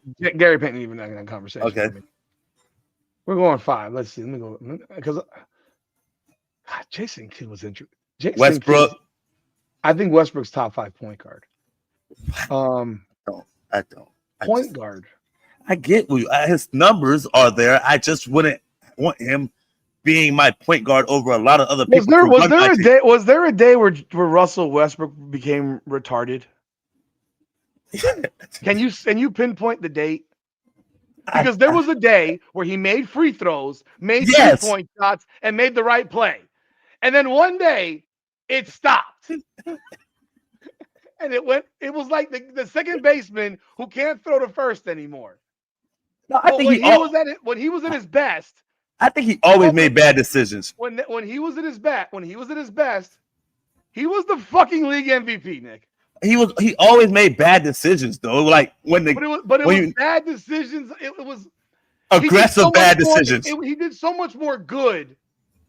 Now it became at one point was like every decision is a bad decision. God damn. Like you don't understand time management. There's 24 seconds left on the clock and you're speeding down there instead of getting the last shot type shit. Like come on, bro. Like those are things that don't make me put Russell Westbrook as a top 5 point guard. The awareness decisions. That's why I will not have Russell Westbrook as a top. What I love about Chris Paul. Okay. Is that everywhere Chris Paul went, the first year he got there, they got so much better. And that's why he's a point guard. Because point guards the elite point guards make teams better immediately. They have this ability to command. You go there, you're there, you're there. You know the funny thing when I'm watching my kids play soccer, they won today 7-6. We were down 3-1, came back, took a 5-3 lead, got back to 5-4, went up 6-4, gave it 2 goals, and literally scored a goal in the last fucking play of the game. Literally a corner kick, goal, and the clock ran out. No one communicates. No, these kids do not talk at all. It's like they're playing quietly. Chris Paul is always talking. Like it's nonstop talking.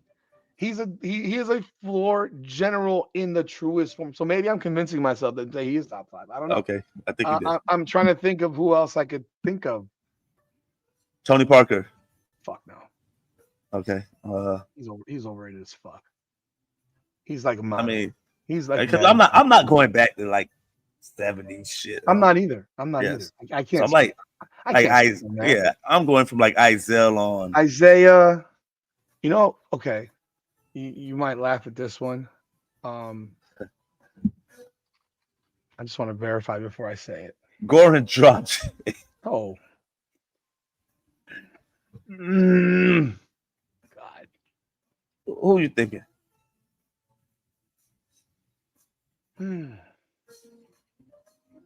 Kenny Johnson. Let me look at another. No.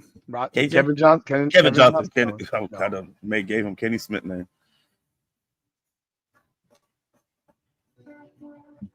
No, I'm trying to think. I got one more. I got one more, and this one it pains me to say it. Marbury? No. I'm gonna tell you what. If people remember Mark Jackson as a point guard, Mark Jackson was so He had 2 years of double digits. That guy as a point guard, his level at point and command when he got to the Pacers with Reggie Miller, he was just orchestrating. Yeah, so I like that. So good. Because when I think of a point guard, I think of somebody who can run the team, put people in the right decision, who also have the awareness in certain situations to get us in the right decision. Or, hey, I got Kawhi. He just scored 4. He scored. So my thing with Russell Westbrook, KD will score 5 buckets in a row and say, he'll be like, nah, it's my time to go get a bucket. No, give the motherfucker the ball again and see. That's a point guard, Rudy. That's why Russell Westbrook is not in my top 10. Decisions like that. I love everything, the numbers and stats that come with it. But when I think about a point guard, somebody running the team, putting players in the right position, making the right plays in the right moments, that's a point guard to me. And I played point guard, and that's sort of what I did. I just didn't have talent. I didn't have talent. But as a point guard in mindset, I think I'm a point guard. I know how to run a team. I changed my mind. He's top 5. Okay, perfect. I just went back and looked at. He's All right. he's top And Westbrook is not top 10. Perfect. Good. not top 10. Not top 10. I can think of 10 other people as a point guard. Now, as a player, do I like Russell Westbrook? As a point guard, I don't like him as a top 10 point guard. Point guard. I just gave you the criteria. 10. Name me 10.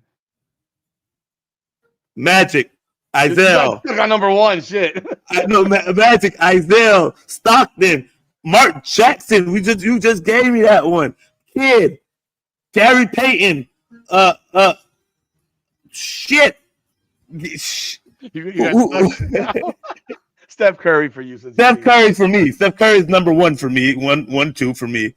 Shit. Tony Parker as a point guard. I don't like Tony Parker. As a general, as a point guard, Tony Parker. Yes. Gary Payton. Point guard.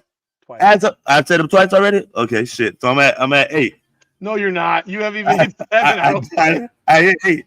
I hit 8. Give me some time. Magic, Isaiah, Tony Parker, Mark Jackson,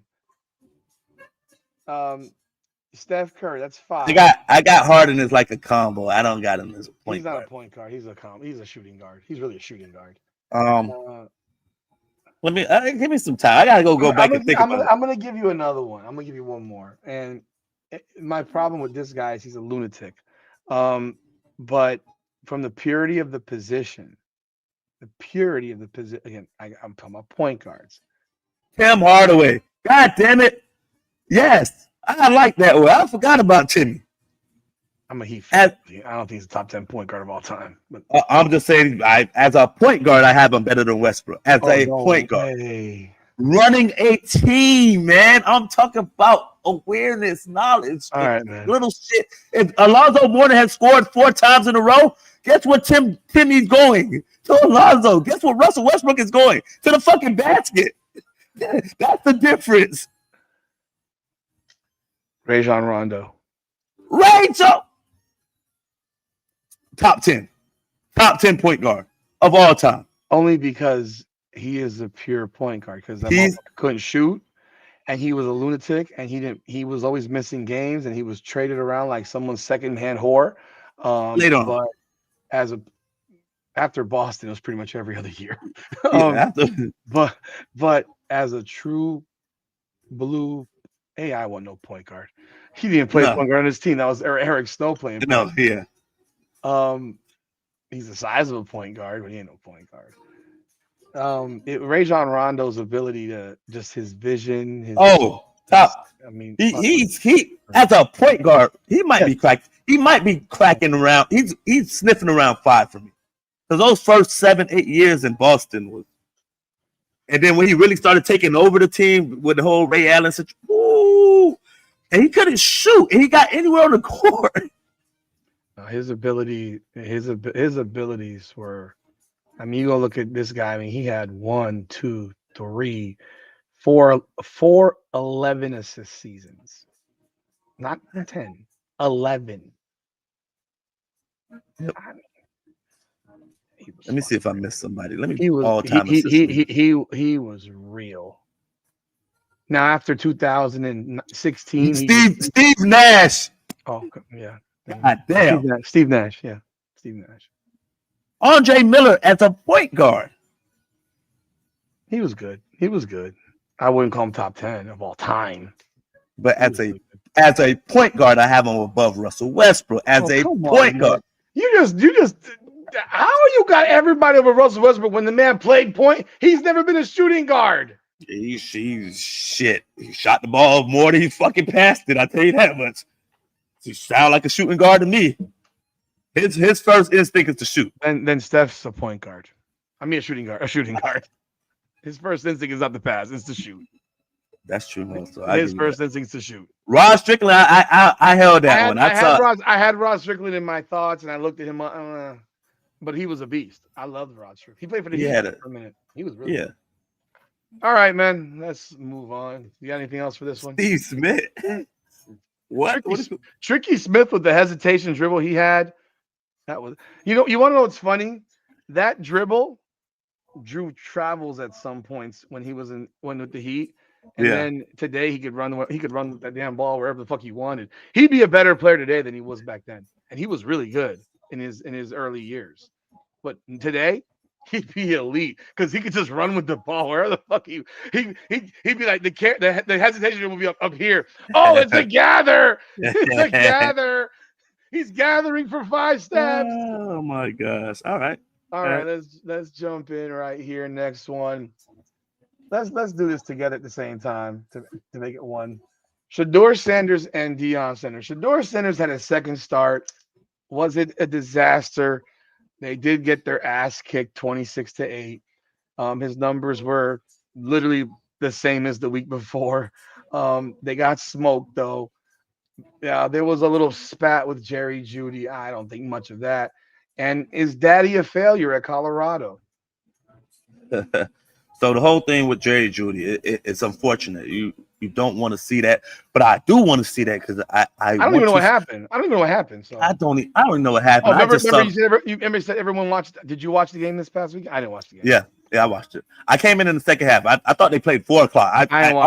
I automatically assumed that San Francisco was a 4 o'clock game. So it was in Cleveland. So I came in the second half for the most part. Second quarter. My son told me the game was over. I said, was the game played in fucking Europe? In the second quarter. When I came in the second half, he threw the ball on one possession. They get the ball. He throws the ball. They get 8 yards. They run the ball, get a yard. Run the ball, they get a half a yard. And then they go with a quarterback sneak with the tight end. He fumbles. The next one. Who fumbled? Jeudy? No, the tight end. They put the tight end under center. Okay. So the game what? Yes, the little quarterback sneak. They put the tight end under center? The tight end under center. So they took the ball out of his hands all 3 plays. Now, there is win factor and things of that nature, what's going on in Cleveland. The next one, I think this is when they kick the ball off and the returner catches the ball out of bounds. So they're pinned back there at like the 5-yard line. These dumb motherfuckers playing sports today. He have no fucking game awareness. Rudy, you know on the kickoff, all you have to do is have 1 foot out of bounds as you catch the ball, and you get the ball at like the damn near the 50 nowadays. Yeah. So that possession starts back there in Shedeur's pin. Now the game is all close at this situation. Matter of fact, Cleveland is winning at halftime. Going into and the next the next possession it's a punt. I get that. The next possession is a punt. It's a punt. And the returner drops the ball. And then really Shedeur really didn't have a chance at that point. Now you're down behind the 8 ball. But if you're that guy that you say you are, and that's why I'm an honest person, this is when you got to throw the ball and make some throws. And he wasn't able to do that at much. But did I see some things in him that were like, okay, yeah, cool. Do they have absolutely a terrible roster? Do they have any receivers? And Jeudy's your number 1?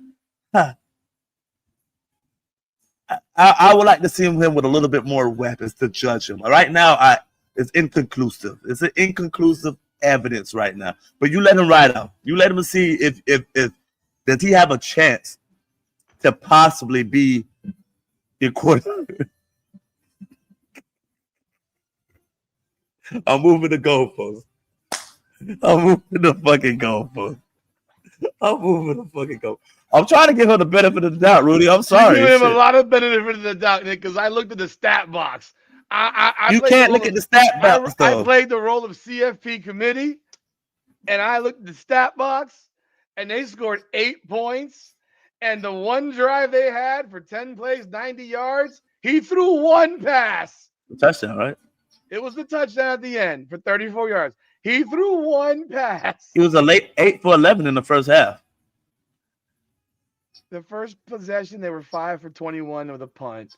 The second one, they were 10 for 49 with turnover on downs.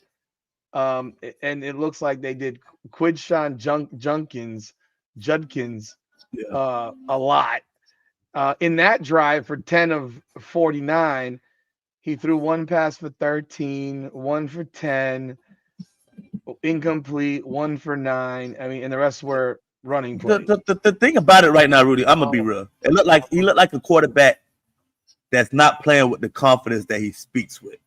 Like of course not. It's a lot harder than that motherfucker thought. That part also, but he also like somebody who's scared to make a mistake. And I think that's the worst thing. Yeah, because daddy ain't the coach. Go out. You go out there, you let that motherfucker rip, and Stefanski, you deal with it later. If I throw 5 interceptions, I throw 5 interceptions that I go out trying. You go out there and you pussyfooting with the ball, you holding it, you don't want to let it rip. That's gonna get your ass on the bench and get your ass out the league. You might as well say, hey, I left it all out there, and it just wasn't good enough. But when we don't even know if it's good enough because you're being real meticulous and careful with the ball, and you don't want to make that mistake, you got to make that mistake, because at least I could coach up mistakes. But like, hey, that's coachable. Like, at least I know he has it, but I don't know if he has it or not, because he won't let it rip. He won't play he won't play free right now. And I don't know if that's a Stefanski thing.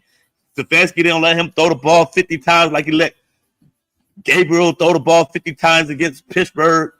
Like, I don't know. So it's still inconclusive. So I'm moving the goalposts, yeah, a little bit, but it's within reason that I'm moving the goalposts. So these are their drives. I'm stat boxing. I'm telling you, I didn't watch the game. Okay, the first possession was 5 plays, 21 yards. Then it was 10 plays, 49 yards, turnover on downs. Then it was 7 plays, 12 yards. Then it was the 10 plays, 90 yards, for which he threw 1 pass. Then it was 5 plays, 14 yards. Then it was 4 plays, 8 yards with that fumble. Yeah, and then it was 3 they took the ball out of his hand.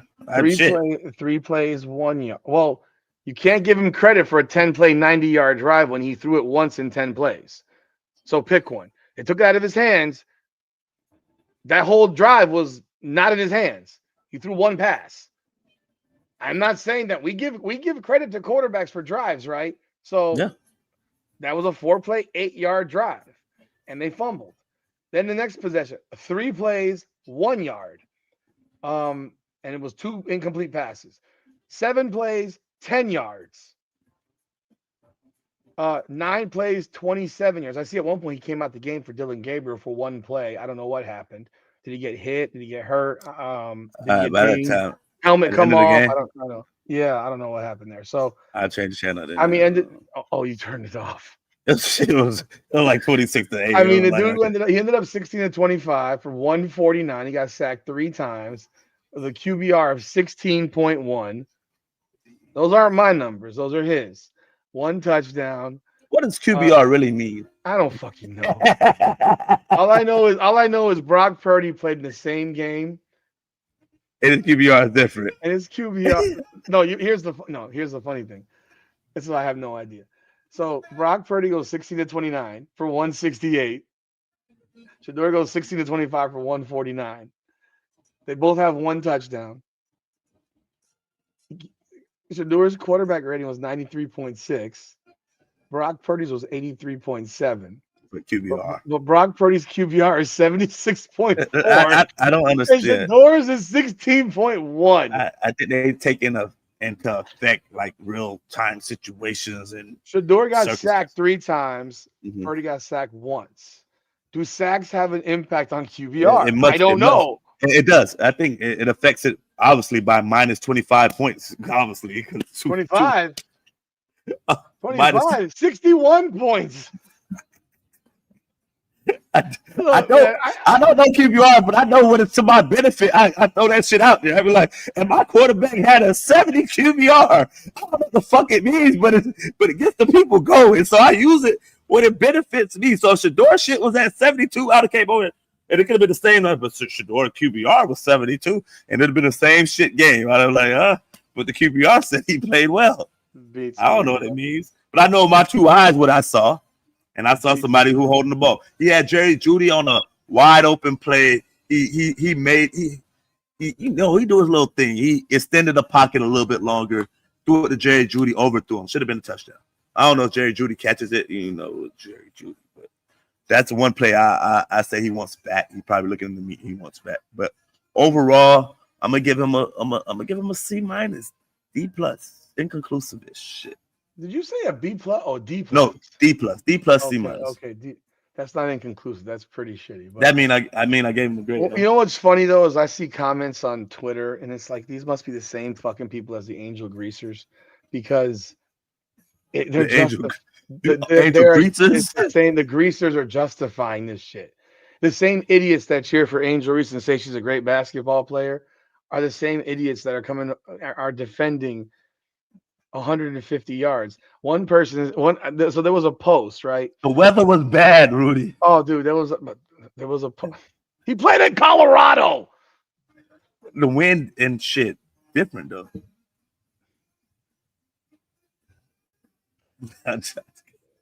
So the guy they brought up Josh Allen's numbers, they brought up Purdy's numbers. I said, first of all, Purdy played the game and he won the game 26-8.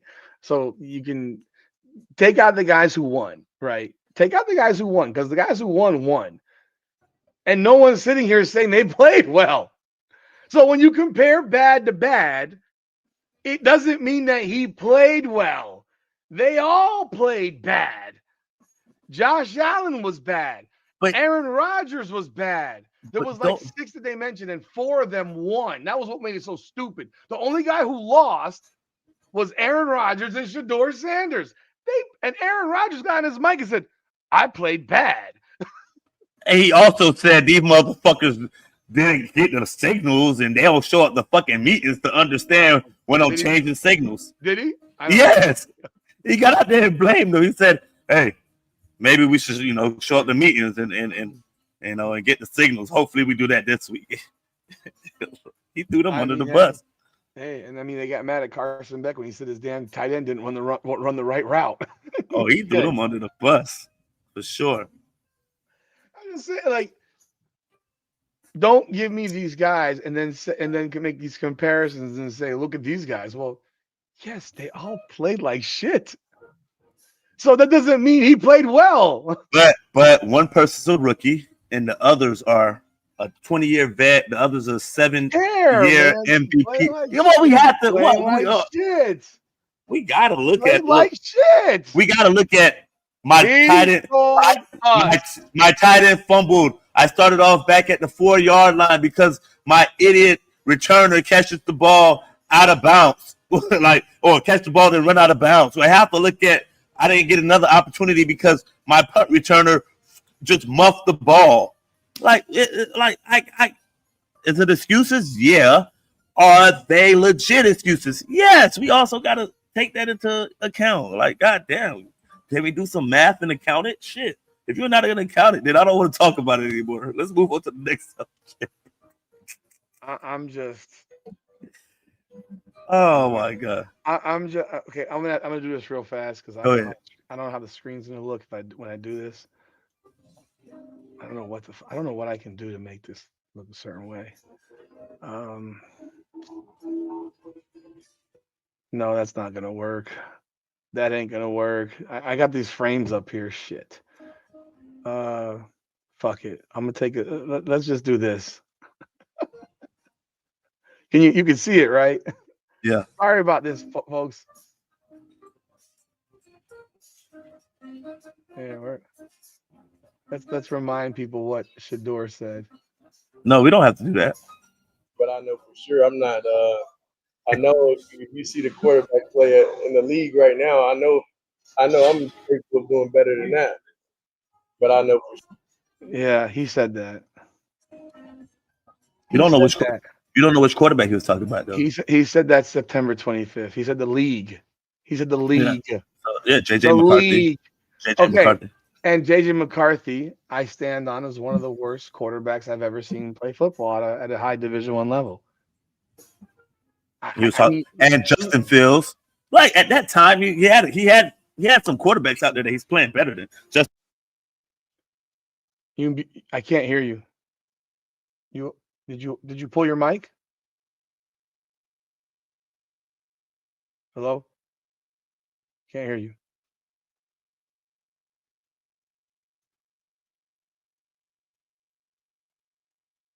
Can't hear you. Well, while Nick figures out his mic situation, he hit something. I don't know what he did. We're gonna move on to the next. Yo. I'm here. Okay. So you said Justin Fields again. I'm talking about what he said about himself. So And that's two he said, quarterbacks right there. no, he said the most of the league. Like, you can't say that and throw for 149, bro. I mean, and be back-to-back games. Is he going to start the next game? Yeah. Did they announce that already? Yeah. They did. Why would they do that? Because you got to see what you got. Show me what you got. He did. Yeah, no. We need to see him against the Titans. I need him against a bad team. Oh, you need to see him play. He already played a bad team. And I need to see him play against It says right here. It says right here, Stefanski is not ready to announce Sanders as a starter for the rest of the season. That was 2 days ago. For the rest of the season, but for this week he is. I don't. Okay, when did he said it right after the game. He did? Yeah, immediately after the game. Okay.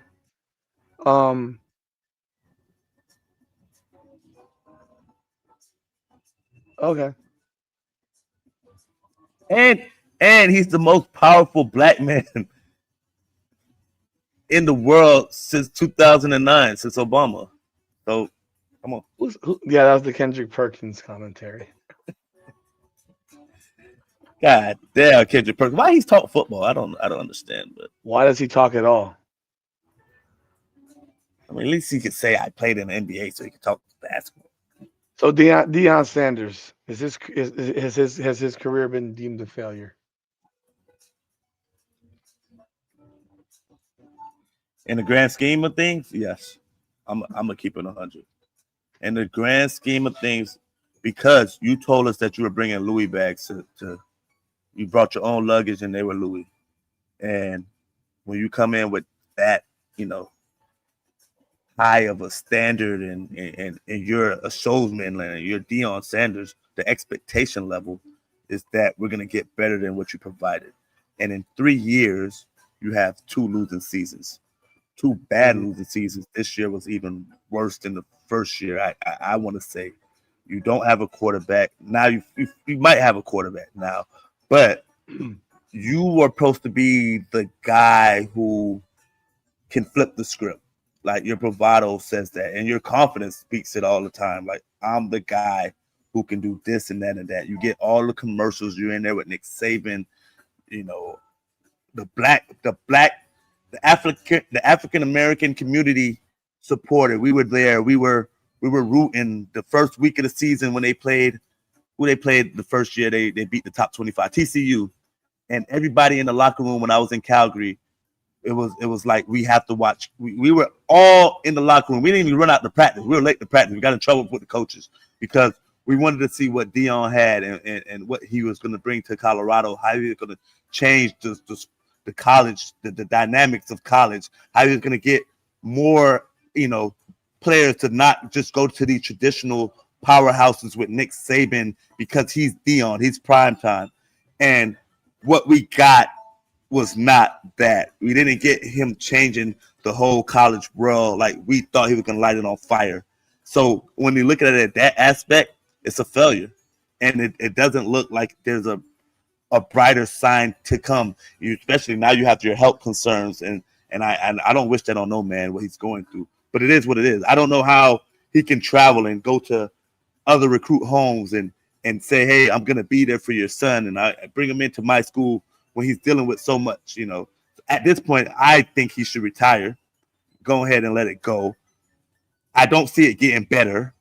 But he said he's gonna think it out. He said if there's anybody who can flip the script, who's gonna change the scene at Colorado, will be him. So he's going to be there for another year. But I deem it a failure. It's not good. His coaching staff is terrible. They're out coached every week. They don't have enough players. It's just not a good situation for them right now at Colorado. Did he get all the hip hop stars and everybody there and selling out Colorado? If you're going to look at it in that aspect, oh yeah, bravo. But this shit's about winning. If you're not winning, then what the fuck are you here for? It's not a damn rap concert. Oh, I thought it was. I don't want to be a dick, and I don't want to be that guy, but sometimes I got to tell the truth. What the hell is this? Why am I getting that? I don't want this month. I got some weird shit about my work calendar. Why is this guy's calendar in my yo, this dude just had the 103rd ranked recruiting class today on signing day. Like that. He's only got 11 signees, 2 4-stars, and the rest of them are 3-stars. So actually he has 10 signees and 1 hard commit still. He has not changed how he's recruiting. He is sticking to this plan of the portal and mercenaries. The reality with the portal remains that a vast majority of the portal players are disgruntled bench warmers. Yeah, they don't want him. Who don't play, and the team that they were on did not think they were good enough to start or play. Play. Yeah. So these people are disgruntled, and a vast majority of these players do not pan out well. And yet he's continuing to go that route. He does not understand or refuses to accept that he's going to have to take lumps to win. And that is a problem that he has. His ego is way too big for what he is. He got luckier than hell when Travis Hunter illogically decided to not go to Florida State and went to Jackson State. Still remains an illogical, stupid decision. And while he was drafted number 2, he did win the Heisman, the whole 9. He would have been on a national championship Florida State team 2 years ago. Because there's no way in freaking hell that if Travis Hunter is on that team, that they get bumped out of the playoffs. There's no way in hell. You playing quarterback? I don't give a goddamn. When you have a playmaker like that, they didn't have, tell me who their wide receivers were that season. I'll wait. I know who they were. I know who they were. Keon Coleman. Yeah. Johnny Wilson. Johnny Wilson. Okay. Keon Coleman, Johnny Wilson. Travis Hunter. I think Keon Coleman's great. Travis Hunter. His star power. You're not bumping him. You're not bumping that star power. Not to me. Because that's what they base a lot of shit on. They don't base it on reality. You're not bumping that star power out of the Final Four. You tell me you wouldn't want to have Travis Hunter playing in a national championship game on TV? Whole world would be watching that game. Come on. Yeah. I know he's not playing quarterback, but is he a better college playmaker than Keon Coleman? Yeah. Yeah. Is he a better wide receiver? No, but is he a better playmaker? Yeah. Like he has impact in all facets. Arguably better receiver than Keon Coleman. Keon Coleman is not a great route runner per se. He's throw the ball up. 6'4". I mean, some of the most crazy plays I've seen were from Keon Coleman. I mean, it was amazing plays, but Travis Hunter had not as special as Malachi Tony in route running, but he could run the short routes and use his athleticism to get open. Like if you don't have Shedeur Sanders and Travis Hunter, yes, they wouldn't have won 9 games last year. No. They would have been 3-9, just like the 4-9. Hell, if they didn't have Shedeur and Hunter the first year, they go 1-11 again. So let's not act like Deion Sanders did something special from one year to the next. I believe there was a kid that was on that team that got cut by Deion, who's now a first-round draft pick in the NFL at tight end. I'm not sure, but I could have swore I read that somewhere. I gotta look that up. There was a former tight end that got cut by Deion, who was told he couldn't play football because he was part of a 1-11 team and became either a first-round draft pick or is in the NFL now. Former Colorado tight end cut by Deion in NFL. Okay. Okay. I maybe I'm wrong. I could have swore I saw this somewhere. That should have been on. I could swear I saw this somewhere. I don't know why. If anyone tells me I'm crazy, let me know.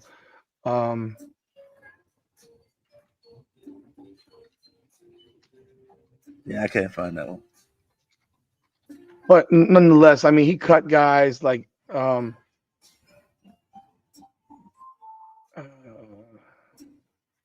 Maybe I'm wrong. I'm not sure. Austin Smith. No, I don't know. Maybe I'm wrong. Maybe I'm wrong. Yeah. I'll look it up. If I can find it. I'll bring it up next week. But like you cut everybody. You brought a bunch of mercenaries. You said you're bringing all this luggage. In your first year, you go 4-8. You go 4-8. Like you almost lost last year to North Dakota State. I don't care if they're Division One AA power. They're Division One AA.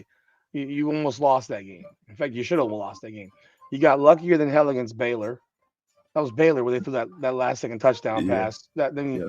That touchdown pass changed their season because if they don't get that, they probably completely fall off the cliff. But I'll give them credit. They were 9-4. They got blasted by BYU in the bowl game. If you don't have Shedeur and Travis Hunter, your team is horrible. Like it's horrible, and it's because you don't recruit properly. You don't build from within. You're not going to build with mercenaries because most of the mercenaries aren't very good, and the ones that are going to Colorado definitely aren't any good for the most part. Like so, do I think he's been a failure? Yeah, I think he's been a failure because he talks too damn much to be so bad, and that seems to be something that happens in that family. They talk a lot and they don't back it up with play when it matters. He did as a football player. As a coach, he is a failure. Dude, he even failed in the HBCU national championship. With a This loaded roster. motherfucker could not beat two shit can teams in the Celebration Bowl back-to-back seasons with the most talented HBCU rosters in the nation. Heck, Probably I don't know history. why. I don't know why they didn't play in the playoffs. Honestly, I think there's some things with the HBCU that screws them up. But tell me how in the world like you're losing to these teams, and the vast majority of your players are former D1 athletes who are 5-star players who didn't pan out D1, but are D1 level players, Yeah. and they're playing D1 AA. Like, bro, you how are you losing those games? You choke in games that matter. You couldn't win the big game as a coach in the Celebration Bowl. If not for that 1 year last year with Colorado, I mean, it would have been not just a failure, but a colossal failure, catastrophic in nature. So, yeah, I don't have much. I think he should retire because I think his health is more important than this. He can't recruit. He can't travel. recruit. You can't. His attitude is still, you know how to find me. Well, no, we No. really don't. We don't. You were 3-9. You were 3-9 or 4-8 again. Like I don't want to hear it. You failed again at recruiting. Your freshman quarterback sucks.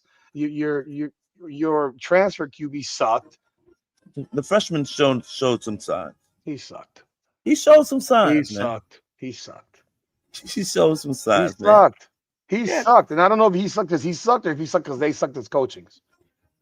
I don't know if they sucked as coaches because that guy got there. And I'm telling you, this is not me. I didn't watch them play almost at all this year. Nobody watched them play this year.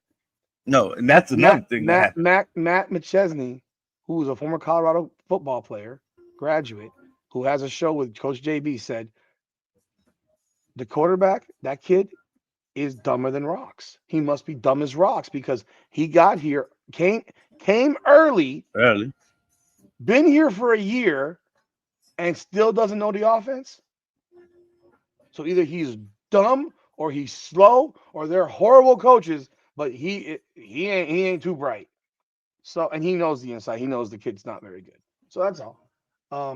And maybe it's the coach's fault. I'm not sure. I don't know. But he has failed, and his recruiting shows it. 103rd for Deion goes in line with their record.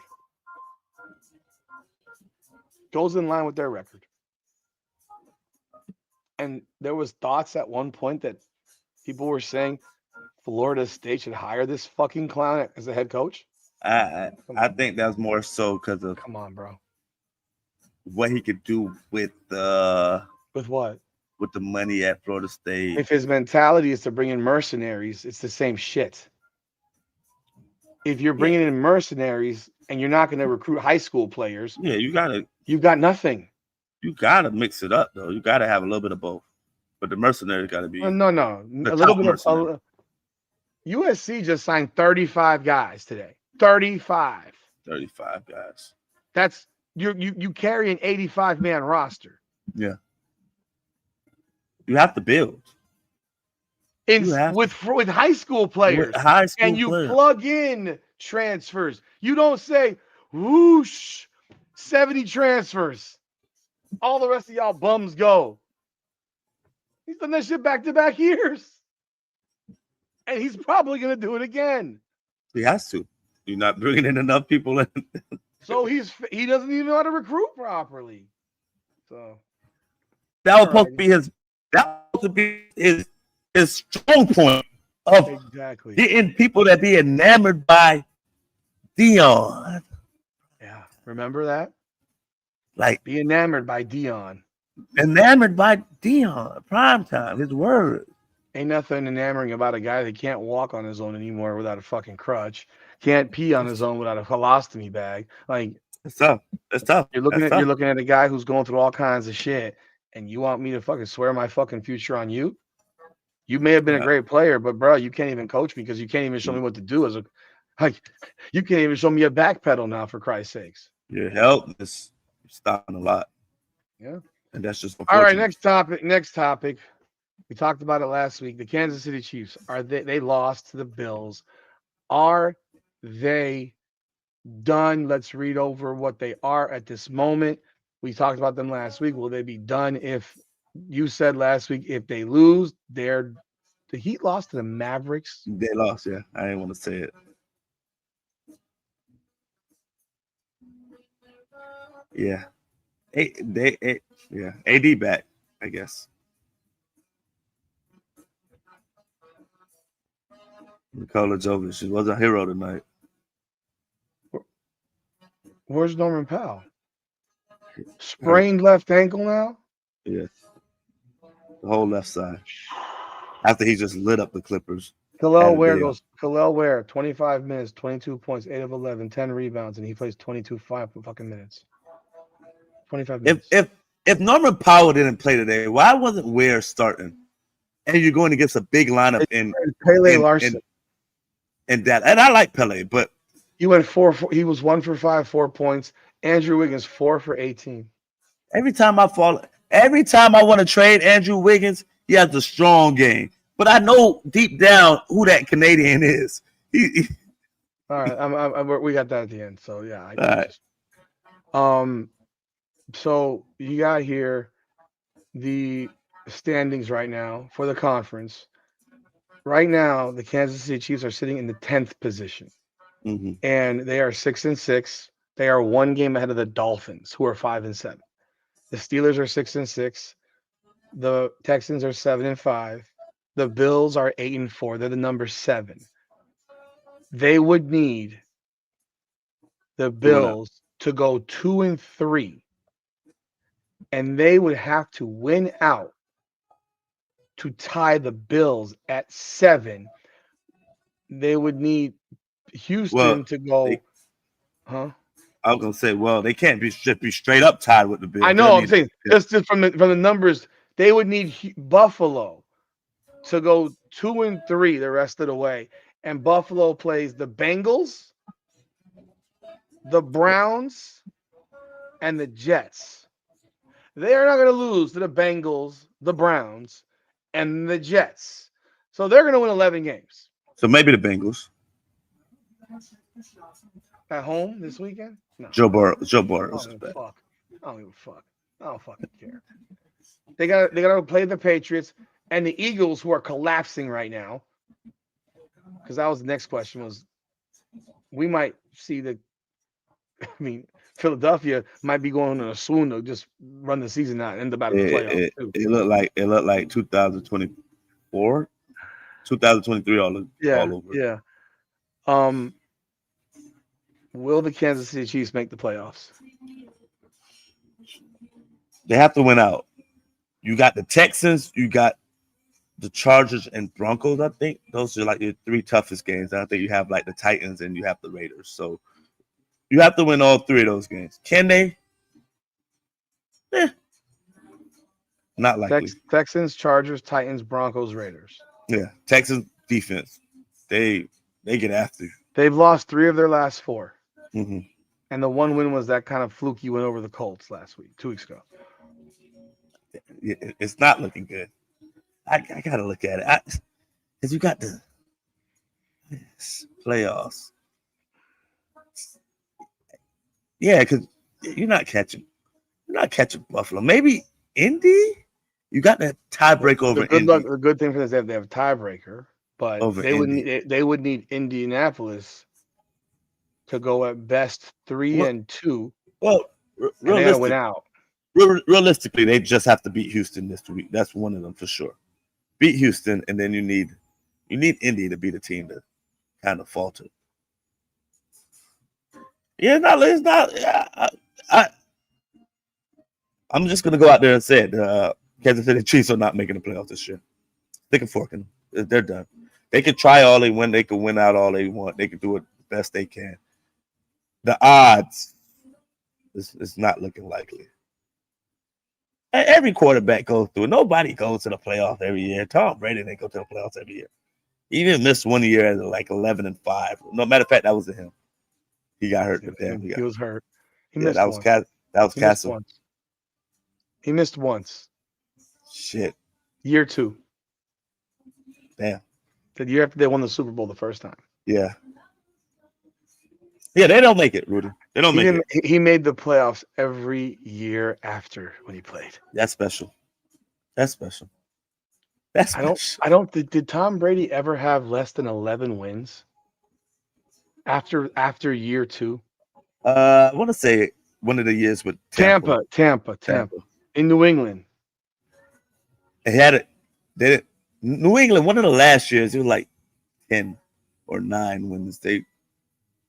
That last year they were terrible. That last year he had no receivers. I want to say they only won. They still made the playoffs. I want to say they squeaked in. No, did they? Want to say? I don't believe that to be the case. Let me go look right now. Let's go look. Let's go. I don't believe that to be the case. Tom Brady. Okay. These are his records. 11-3, 9-7, 14-2, 14-2, 10-6. That was in 05. And he was named, he was third in MVP. 12-4, 16-0, 10-6, 14-2, 13-3, 12-4, 12-4, 12-4, 12-4, 11-1, 13-3, 11-5, 12-4, 11-5. That's with Tampa. So yeah, he had 10-win seasons twice after his second year. He made the playoffs every goddamn year from 2003 to 2019 with New England. And he made the playoffs all 3 years with Tampa. This guy missed the playoffs once. That's special. That's twice the year he got hurt. He missed the playoffs one real time. It's fucking insane. That's special. Bro. You can take away any thoughts of Patrick Mahomes ever being called the greatest of all time if he does not make the playoffs in year 9. Why he can't miss 1 year? Shit, Tom Brady missed a year. Shit, Nick. Travis Kelce's retiring. Yeah, reload. With what? That's the damn front office job to figure out. With who the hell played wide receiver for Tom Brady outside of 2 years with Randy Moss? Julian Edelman, Wes Welker. Danny Amendola. Some other white boys. Deion Branch. Chris Hogan. Who the hell played wide receiver for the flipping until you got to the Bucks. He was like, "Oh my god, I got all these shiny toys! Oh my, I got a Lambo over there. I got a Maserati over there. I got my fucking my dump truck came to play tight end with me, Rob Gronkowski." And then he had a flashy car that just break down often. He get a little wild car with fucking Antonio Brown for a little bit also. By the way, I know Antonio Brown's lawyer. Huh. I know his lawyer. If someone can get him off, it's that guy. Yeah. I don't know, man. They don't make it. No, but I'm like with Patrick Mahomes. Like Tom Brady didn't miss the playoffs until fucking after year 2. He never missed the playoffs again. But goddamn, Patrick Mahomes in the conference finals every damn year the first 5 years. And is Andy Reid gonna retire? Not yet. Probably got another 5 years, 3, 4, 5. Yeah, he ain't ever 5 more years. Yeah, man, he ain't going nowhere. Why? That's a cushiony job, man. You get to coach Patrick Mahomes. You're not going nowhere. Let's see how cushy it is if they don't make the playoffs. So if you don't think KC gonna make it, so you definitely don't think the Miami Dolphins are gonna make it. Fuck no. I never did. They're wasting my time right now. They're ruining our draft status. But I told you that. I told you, look at their schedule. I said next week is Pittsburgh. I said they're about to go 7-7. Only thing that's slowing them down is the Bengals. The Joe Burrow's back. He wasn't back. They play the Jets this week. The Jets, and then they're gonna go be 6-7. God, 6-7. And then they're gonna play. Yes, that shit. And then they're gonna play the Pittsburgh Steelers. And then they got Cincinnati at home, Tampa at home, and New England on the road. I tell New you England what, be resting their starters at that point. I tell you what, they might end up fucking 10-7 at this rate. I told you that shit. And then not make the playoffs. And not make the playoffs. Because we're talking about KC can't lose a game, and they already lost 6. So what's changed is that they finally just started giving the ball to Devon Hachen, man. That kid's a monster. They totally took the ball out of Tua's hand. Because the couple times he do have the ball in his hand, he looked like Nikola Jovic out there turning the shit over. Tua's stats this year: 114, 146, 177, 100 yards. That was against the Browns. 173, 171, and 157. He's got through 4 games over 200 yards, 1 over 300. Rudy, this was once a quarterback that scored 70 points in the game. Yeah, that was against the Broncos. A vaunted Broncos defense. Well, it turned into a vaunted defense. This is crazy. So you think they're done? I agree. I think they're done. I don't think they're making the playoffs. I think they're probably I think they're going to lose at least 2 games, and they'll be done. The Dolphins have a better chance than them. Schedule-wise and how they're playing. They seem to have figured something out with Hachen. They hand the ball off. They just hand the ball off that motherfucker. He can go.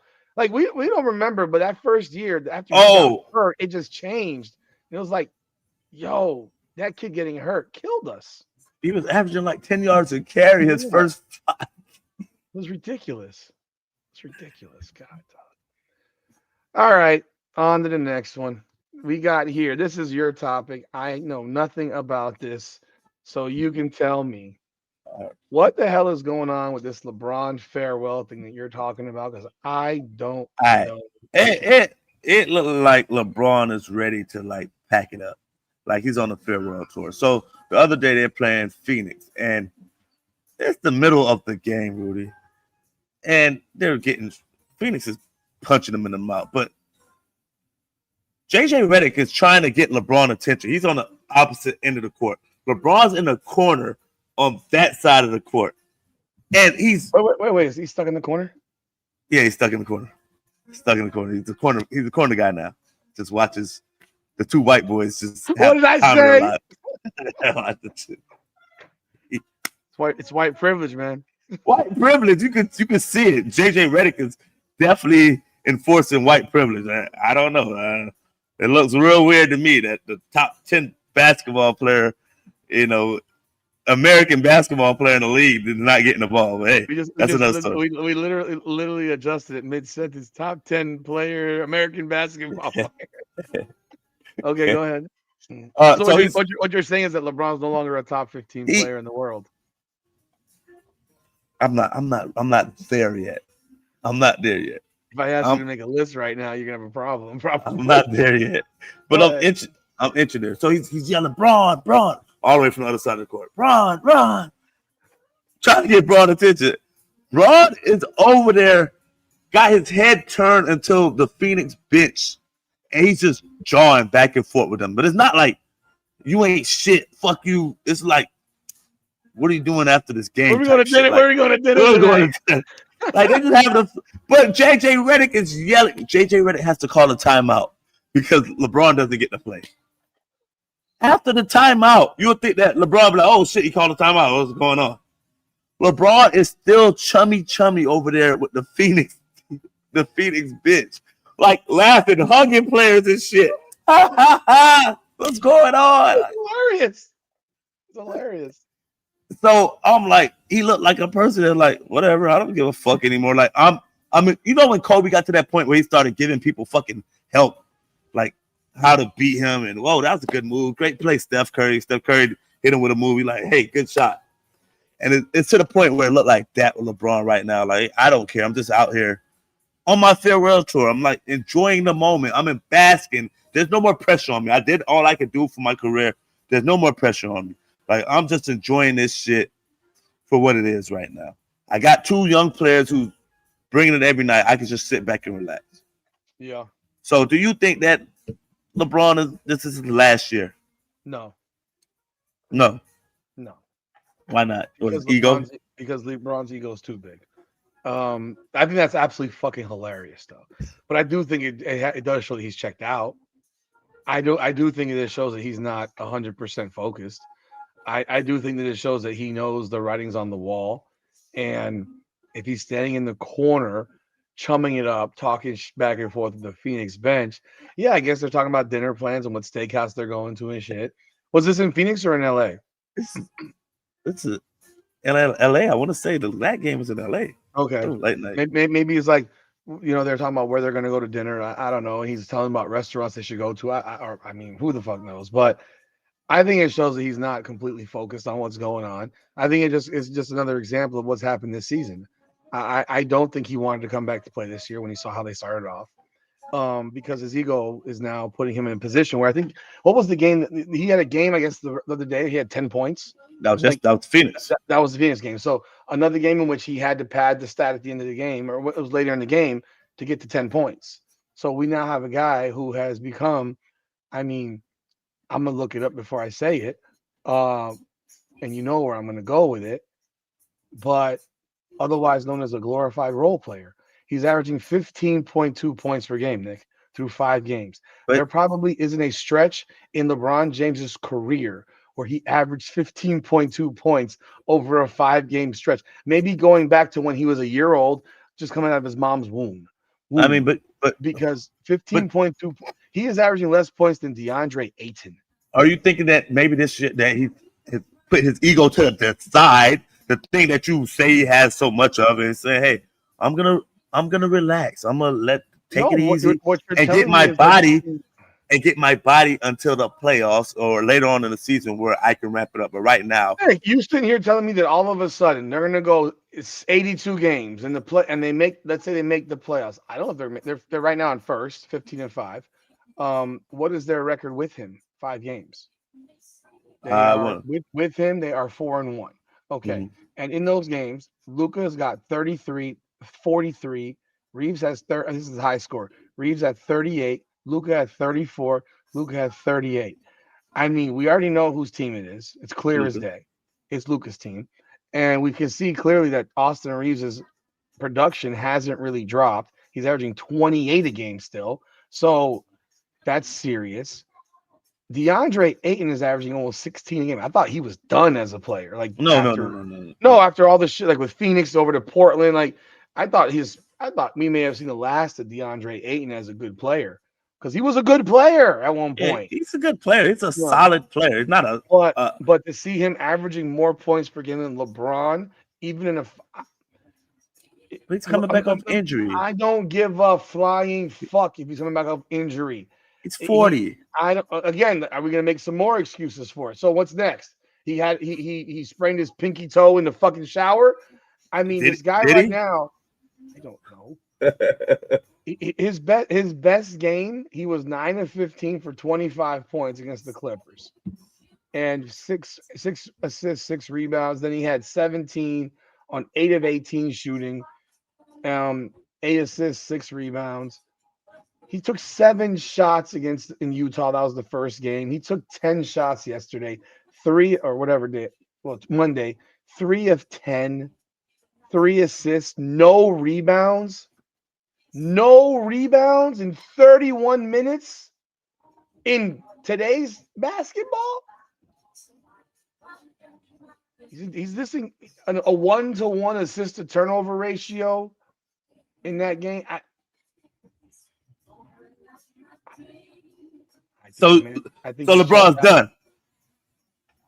I told you, I think he is now he's at that point where we might be looking at what I call, as you know, a glorified role player.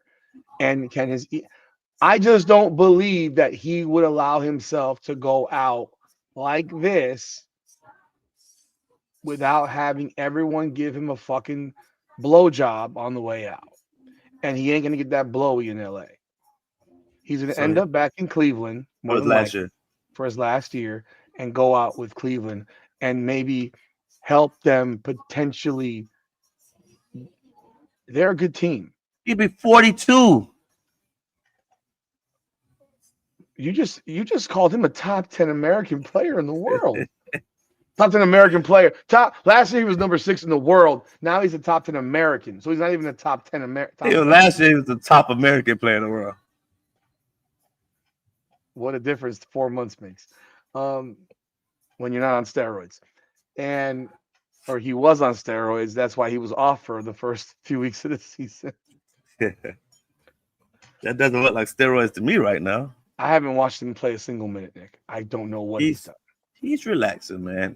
He's put his ego to the side. What you done got on him about, he's put his ego to the side. Nick, you just told me he's hanging out on the sideline while his coach is fucking yelling at him that he got to call a timeout. And he's still talking and hugging it up with the fucking other team. And we're in a timeout. That's how far he put his ego to the side that he's not even paying attention to what's going on. Then go sit in the fucking stands. Man. I don't know what goes on. It looked like his last year, but I do agree with you. LeBron is not going out without everybody giving him his flowers. He doesn't go out and say. I thought he would probably be 20 and 26 and 6. 26? 26 and okay. 6. I thought we'd be looking at something like that. We're looking at 15. No, LeBron ain't averaging no 15. He'll get to 20. You know, LeBron eventually goes on his little heater where he shoots 48% from the 3-point line for the next month. And now he's shooting 32 right now from 3. Yeah, he's a streaky shooter. He's never been a person that shoots consistently 38%, 39% each month. He'll go 48% one month. He'll go 27% the next month. That's just how streaky of a shooter he is. So he'll catch his fire. He'll catch his flame. He'll get it back going. He'll get the 20 a game. I think that's the sweet spot. Because I think he definitely wants to have his swan song. I think he wants to have that. Everyone brings him a present. Yeah. Everyone gives him a presentation. Doesn't he deserve it? Deserve? He gave he's a top Nick, top 3 player of all time. Can I tell you, I don't think anyone deserves it.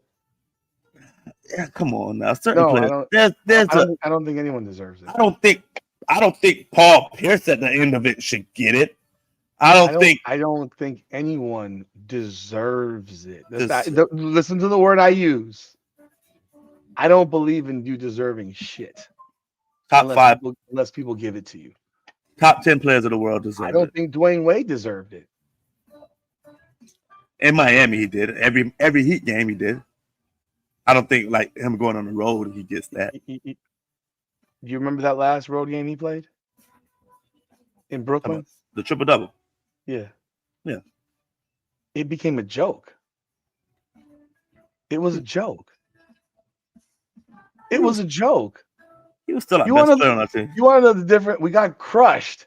You know the difference between. We won that game. We won that game? Yeah. Are you sure we won that game? Yeah. No. We Yeah. Hell yeah. I'm gonna check. I gotta check now. Because remember we needed. I remember Carmelo's laughing. LeBron's there. They're all sitting on the sideline. They're chucking it up, laughing. Here, look at Dwayne Wade's down. Didn't we need wants to be important. Didn't we need some teams to lose to get in the playoffs? He says the All-Star game is dead now. Let me go look because I remember we the last needed game was Orlando to lose. I thought we got our ass kicked in that game against Brooklyn, if I remember. No, we needed that game for playoff purposes. We lost. I just said that. We got beat by 19, Nick. I know it wasn't crazy. We got crushed. Yes, we were 30 freaking 5 and 37. We beat Philadelphia. His last home game, he was 10 of 23. He had 30. His last game against Brooklyn, we got crushed. He played 36 minutes. He was 10 of 28, 3 of 13 from 3, and he had a triple-double. It wasn't like his first triple-double or some bullshit like that. It was very few he had. Wade got triple-double. I don't remember how many he had. Wade got some triple-double. He had 25, 11, and 10, and they got killed, and they're laughing about this shit on the fucking sideline, giggling it up, and they're down. He shot 35.7%. It was you know the difference between that and Kobe's 60-point game? The Lakers won. Kobe won. The Lakers won. But he took 50 shots. That's how you go out. That's how you go out. Shot at damn arm. I am not a fan. Look, I think it's cute to give people whatever. I think it's hellified ego. Maybe I'm gonna fucking change. I'm gonna criticize. I'm gonna contradict myself as I go here. So I don't think you. I think you get whatever someone wants to give you. Is my point. Not that you deserve it. If someone wants to do it for you, great. If I am the Boston Celtics, I say fuck you, LeBron. I'm not doing shit for your ass. We hated your ass. Fuck you. If I'm the Golden State Warriors, you can suck a dick. Hell, I have a bad feeling I know what would happen in Miami. Well, appreciate him. I will. He has 2 championships, man. Y'all ungrateful mother. 2 championships in 4 years. He didn't have to come here. We take it. You didn't love him. He wouldn't even be a champion right now if he didn't come here. You didn't love him like this when he was here. You have a profound adoration that you did not have when he played here. How many LeBron jerseys you got? I don't buy anybody jerseys except for Dwayne Wade when I was in high school. Okay, so you never bought how many LeBron t-shirts do you have? I don't buy other players. How many LeBron basketball sneakers do you have? I had 3 in my life. Did you buy them, or are they given to you from playing for fucking basketball teams for free? No. I bought a couple. How many Jordans did you buy in your life? I bought 1. Really? Only 1 pair of Jordans? I want to say the 11s or 12s.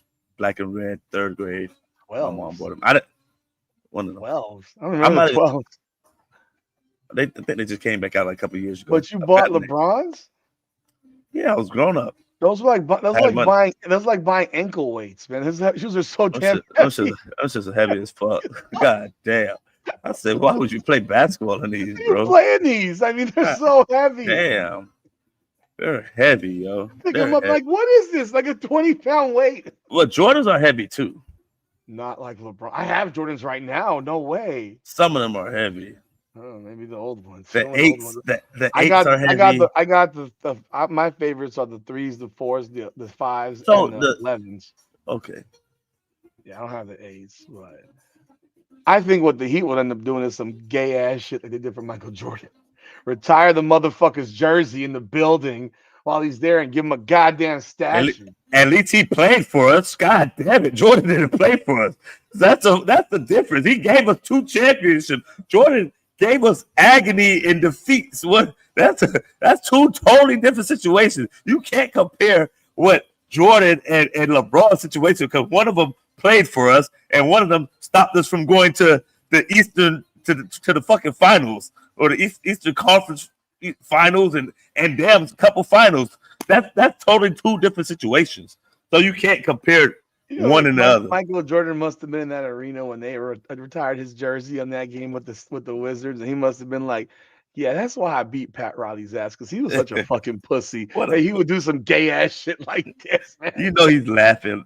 And this motherfucker retired my jersey after I bust his ass all the time. and I bust his ass. And I bust his ass when he was coaching the Lakers. What are you talking about in the finals? Oh my God, that's too funny. Alrighty, so yeah, I do think LeBron comes back for 1 year. I think he ends up being in Cleveland. I don't think he resigns in LA. I don't know where else. Yeah, there's nowhere else it makes sense. Maybe.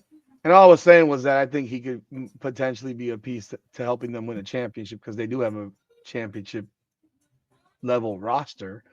As of last year, they did. They were the winningest team. They were the top seed in the East. You know, they could have won 70 games.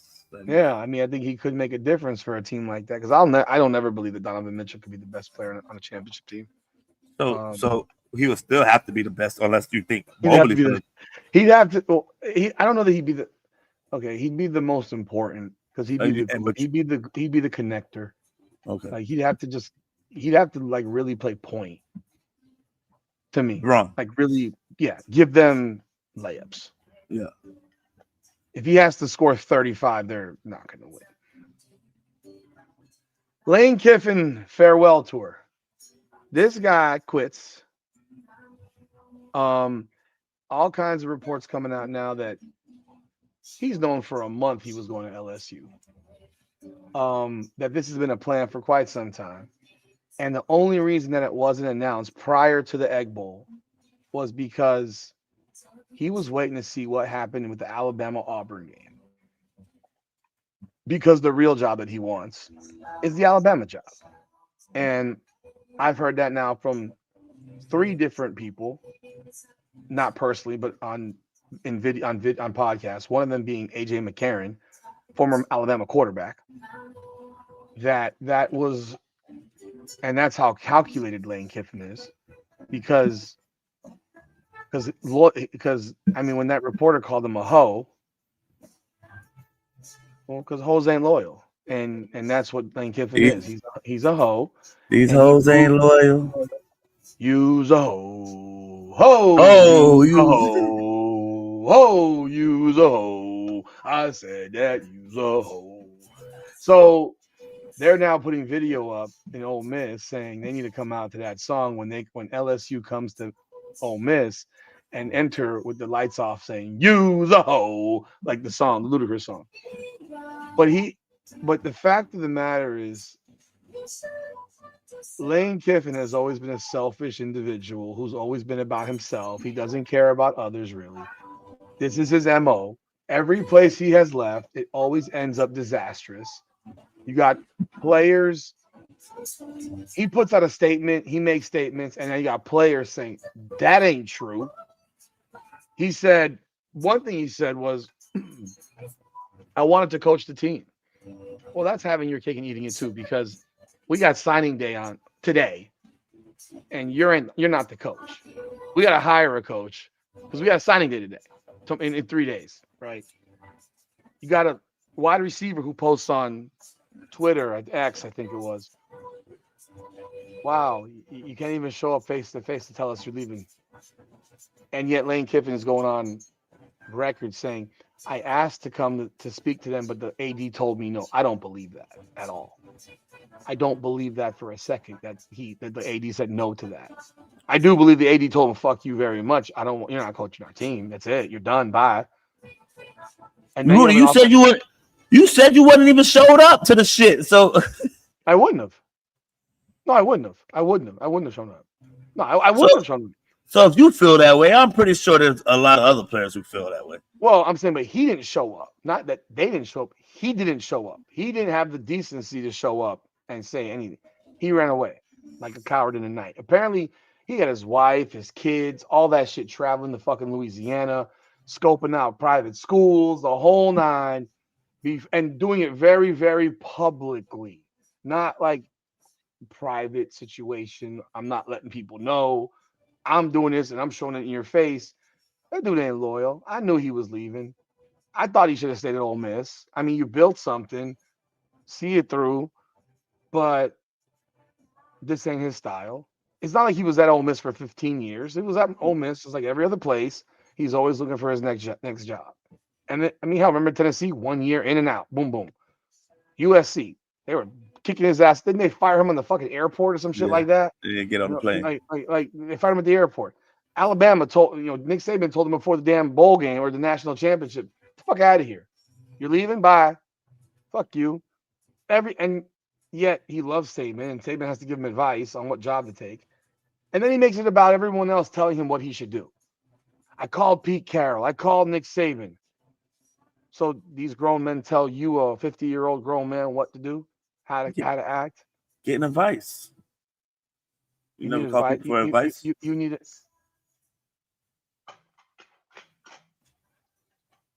Hey, Nick, do I take a $12 million a year job at LSU with a $25 million bankroll? Or do I stay at Ole Miss? Or do I stay at Ole Miss? And I still get 10, 12 million. Yeah, I still get that. But I got a backyard of talent in Louisiana that I could get to never leave Louisiana.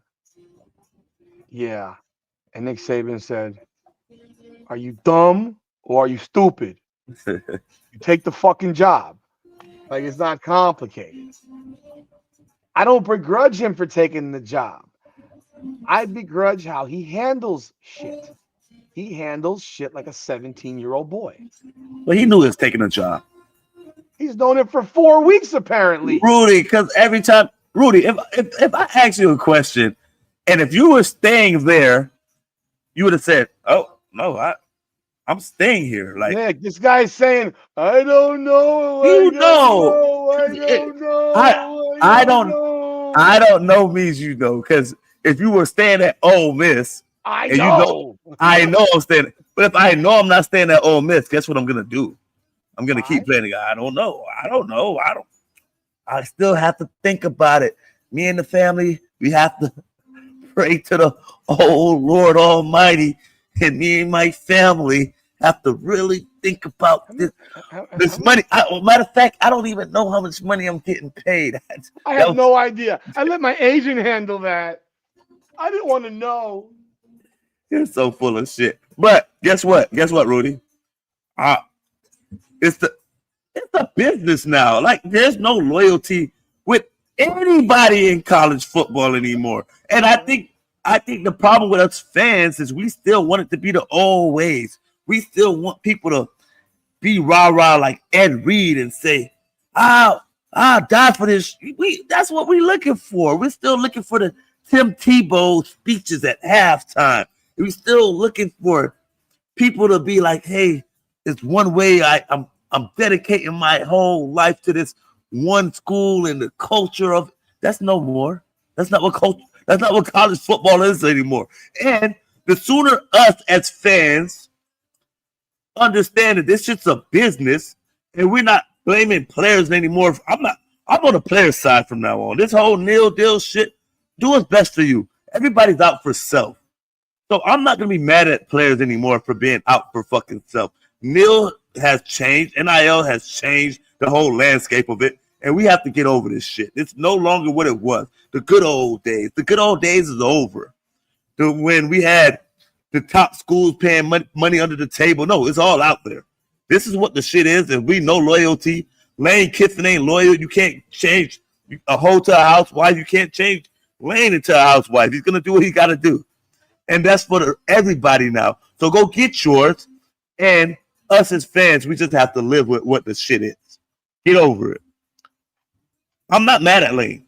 I'm mad at him lying to us that he ain't know, motherfucker, you knew. And it sucks for the players, but they're still getting their chance. And this whole coach get to go back and coach the team. Like, what is that even? Tell me why. Yeah, why Lane can't coach then? Tell me why you would take the offensive coordinator back who's leaving anyhow.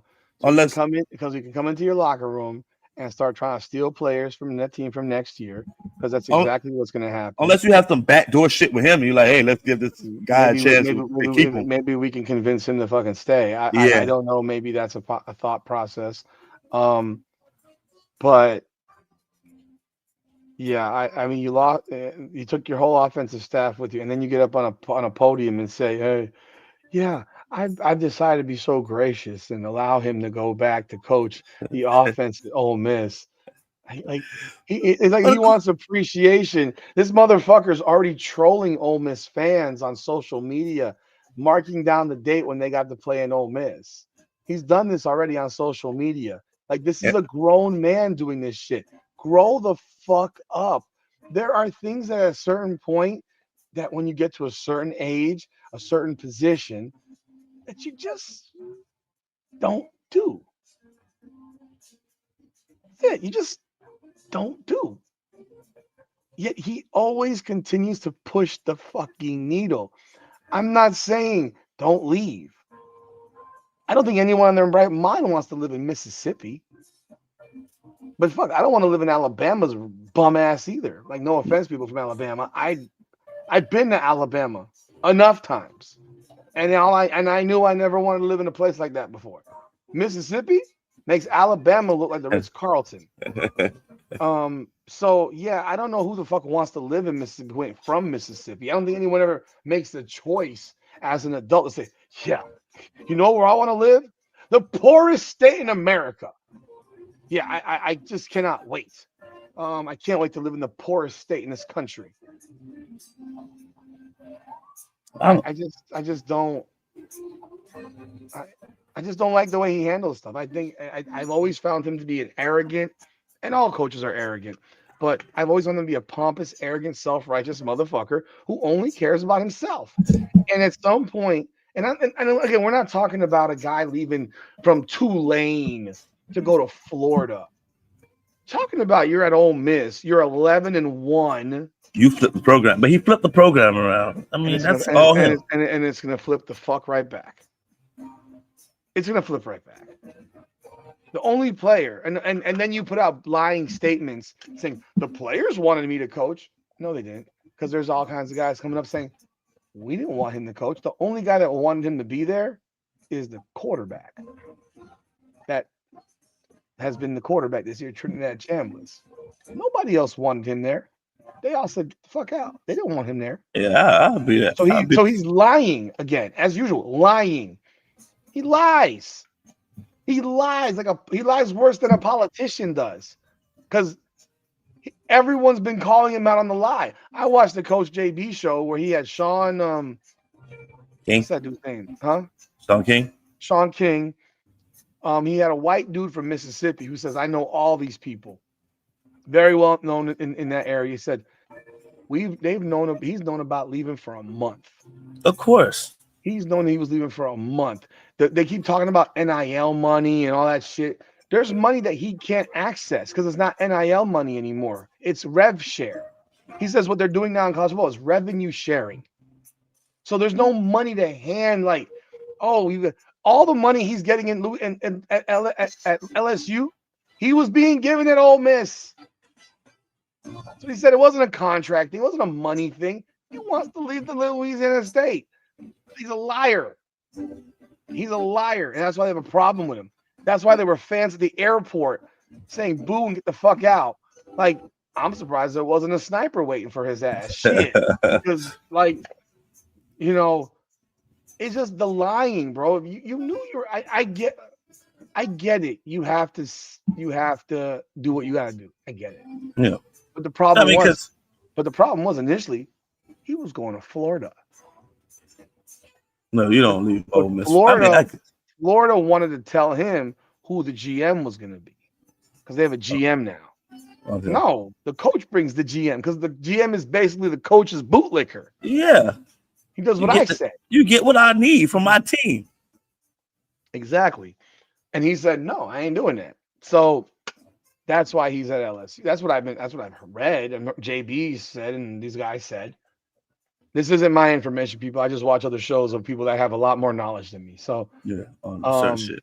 Yeah. So I just don't like the way he carries himself, and his arrogance just oozes. It's just nonstop oozing arrogance, and But at least when Brian Kelly left, he said, "I can win a national championship there." If you're a player, do you still like this is somebody you want to go play for? No. Or it doesn't fucking matter because it's about the No. money. It's No. about the money now. So that shit don't matter, Rudy. No loyalty don't matter. That's you, but everybody else. But if I throw you, if you could throw it to me, somebody else can. If you can throw it to me, somebody else can. Because I do want to. Because I don't give a shit about that. Let me ask you a question. When you commit to a school, whoever it is, are you committing wanting to transfer? No. Unless you're going to like some low level small school, G5, or you're going to a G5 school. You like I gotta go do my thing there for a couple years and get up out of there. If you're committing to Bama, Georgia, up until this year, Ole Miss, Florida State, Florida, Miami, Notre Dame, Ohio State, Michigan, any of the big names, the real big blue blood level type of schools.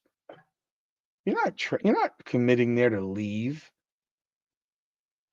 So I do think your coach matters, because you did, money or not, you did develop relationships. Like right now, I don't know if you're aware of it. Number one wide receiver in the country has not signed yet. He was going to Ohio State. Brian Hartline got hired today at USF. Oh, if he comes to Miami, that'd be fucking amazing. But that's not who apparently he's looking at now. It's Oregon and USC. But that's not the Northwestern kid. I'm talking about the number one receiver in the country. You're muted. I thought you were talking about the Northwestern kid. Oh, that kid's going to Miami. He's going to Miami. Yeah, he decided today he wasn't going to sign with Syracuse after all the fucking firm commitment. But he's going to Miami. His mom went to Miami. She played by Shanivia Broussard played at Miami. Like, please. Yeah, he's going to Miami. That's huge. He's top shelf. And yeah, so this guy decided that I'm not signing with Ohio State because Brian Hartline left to USF, took the head coaching job at USF because Golish went to Auburn, I think it was. The USF coach took the job at Auburn, I believe. Yeah. So now you have this guy saying, yeah, I might be going to USC or Oregon now. Or I might go to Ohio State, but I got to make sure. Yeah. The relationship shit matters, man. The coach matters. It still matters because you want to feel comfortable. You want to feel comfortable with that person. You want to trust that person. And you believe they have your best interest in mind as well at the same time. Yeah. You asked me the question about Lane Kiffin. No, I wouldn't trust him. Because you want to know why I wouldn't trust him? Alabama job. Because the second the Alabama job pops open, he's gone. And all that shit that the LSU fans who are I'm making posts on everything. I don't know if you noticed the fucking Instagram shit with this hurricane shit is triggering people. Right? Yeah. Oh my God, it's hilarious.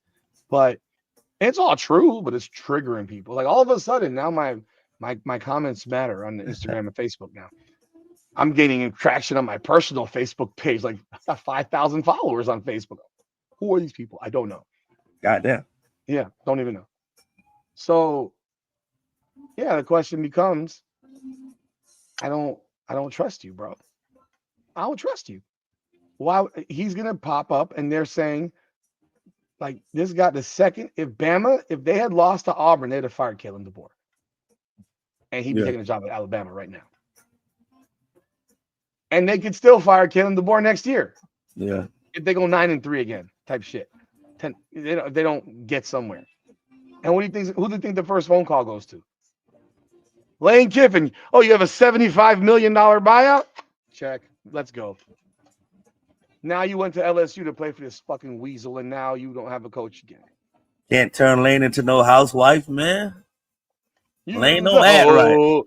Lane don't act right. So, no, I do have a problem. You know, the one thing I've liked these last few days is the one guy who's been acting like a rigid fucking stone in the wall, stone the whole year is now all of a sudden coming out of his shell. Mario Cristobal's finally talking some shit. Got to.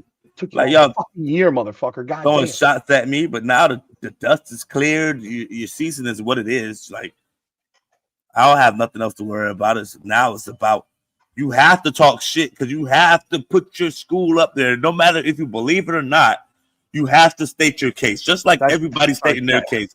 Yeah. Everybody has a case for each team.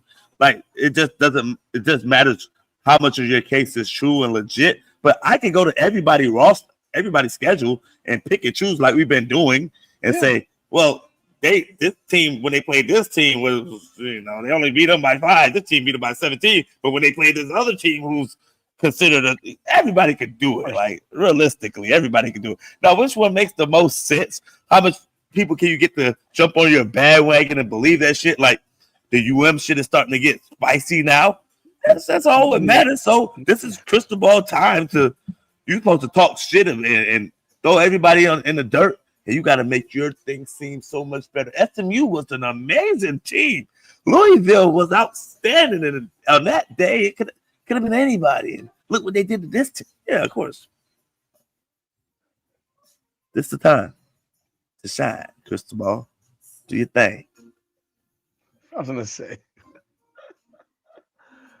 Y'all still ain't win the damn ACC championship. I said very, very clearly that I do believe Notre Dame should be in the playoffs. I think Notre Dame is a top 5 team. I think Miami's a top 5 team. I understand they have to base it on records as well.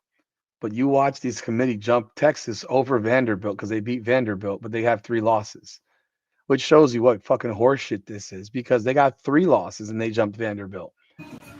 And yet they've continued with the fucking excuses and such, and Sarkisian with his mouth, and he's like, oh yeah, you running the score like, bitch, you lost to Florida. Like, you don't have a leg to stand on anymore, dude. You have 3 losses, right? Texas have 3. Mm-hmm.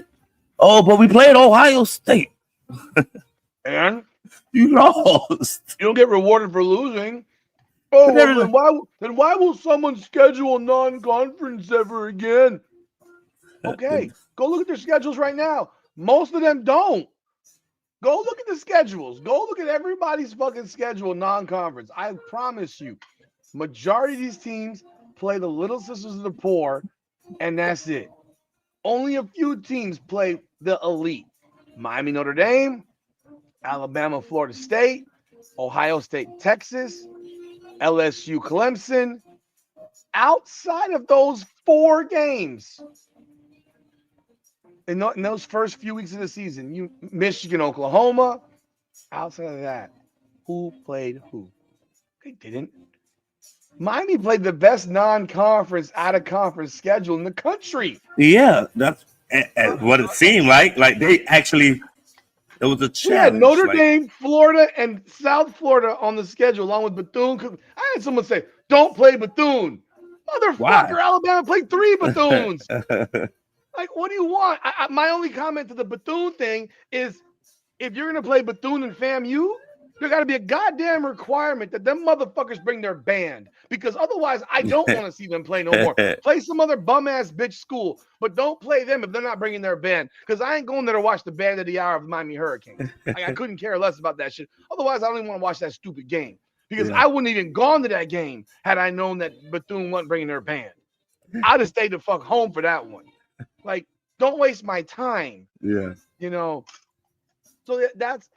But everyone plays one of those in the season. Like, we gotta stop acting like not everyone plays those. Some of them got 2, 3. That's what I'm saying. Most of them got 3. Most have 3 of those. My school was the top scoring offense in the nation the first bro. Yeah, FSU had back-to-back ones of those nights, what probably took them off the rails, is they thought they were so fucking good, and they weren't. They tricked themselves and got real fucking cocky, And and then Vanderbilt hit him in the kneecap and said, "Yeah, bitch, you ain't that good." And then Miami finished the fucking job, and that was the end of the season. Virginia. Yeah, Virginia. I said Virginia, right? You said Vanderbilt. I'm sorry. Yeah, Virginia hit him in the kneecap with the fucking baton. Said, "You ain't that damn good, knocking you down the size." And then Miami finished the job a week later because people still thought that FSU would beat Miami. A lot of people thought, and I didn't think that shit. I was just talking. oh really? A lot of people were running their mouths. I mean, I shit. didn't- And then the ones that run their mouths the most on my Facebook page, I'm like, I saw the game. Where are you now? Why aren't you talking now? I watched the game against Virginia, and I saw a team that couldn't contain the run against the outside, inside, whatever they wanted to do, and it looked like defense last year. Mm-hmm. And I was not. So when we played I was like, yeah, right. But in my head, I gotta hype it up, for social media purposes. I gotta go out there and talk shit. But I knew, like, if you know football, it was like the question earlier on that you mentioned about when you were ranked at the time. yeah, If I played Florida State at the time and they were 5-0, and then Tommy Castellanos got hurt in Game 6, they ended up 5-7. yeah. But at that time, who did I play? Yeah, like at that time, they were still good. Yeah, I can't control what happened the rest of it. At that time, yeah, they still had a win over Alabama of 3 weeks ago. yeah. So I can't control that. I can't control that Florida gagged away a game against South Florida. That's out of my control. When I played South Florida, they had just come off beating Boise State and South Florida. And Florida back to back. They were a top 20 team. And I think they are a top 20 team. I still think they're a very good team. And I think them losing those games kind of hurt us a lot. I think those games hurt us a great deal because them losing they beat North Texas up, but they lost to Navy, which was embarrassing. And they lost to freaking to Memphis.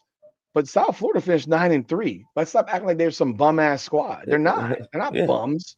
Coach got a job. Yeah, the coach just got a job. I mean, in freaking Auburn. You muted again, I think. You turned your mic. I'm back on. Yeah. But yeah. So final topic of the season, then we'll keep this one quick. Miami Heat. You mentioned some moves. People are now speculating about Giannis Antetokounmpo to the Miami Heat for a fucking boatload of players and picks. I'm not completely on board with what I saw in that one. I'm so tired of listening to the Miami Heat overpay for players with gifts. How old is Giannis? What did you see? Now? I saw a trade today for Giannis for Khalil Ware.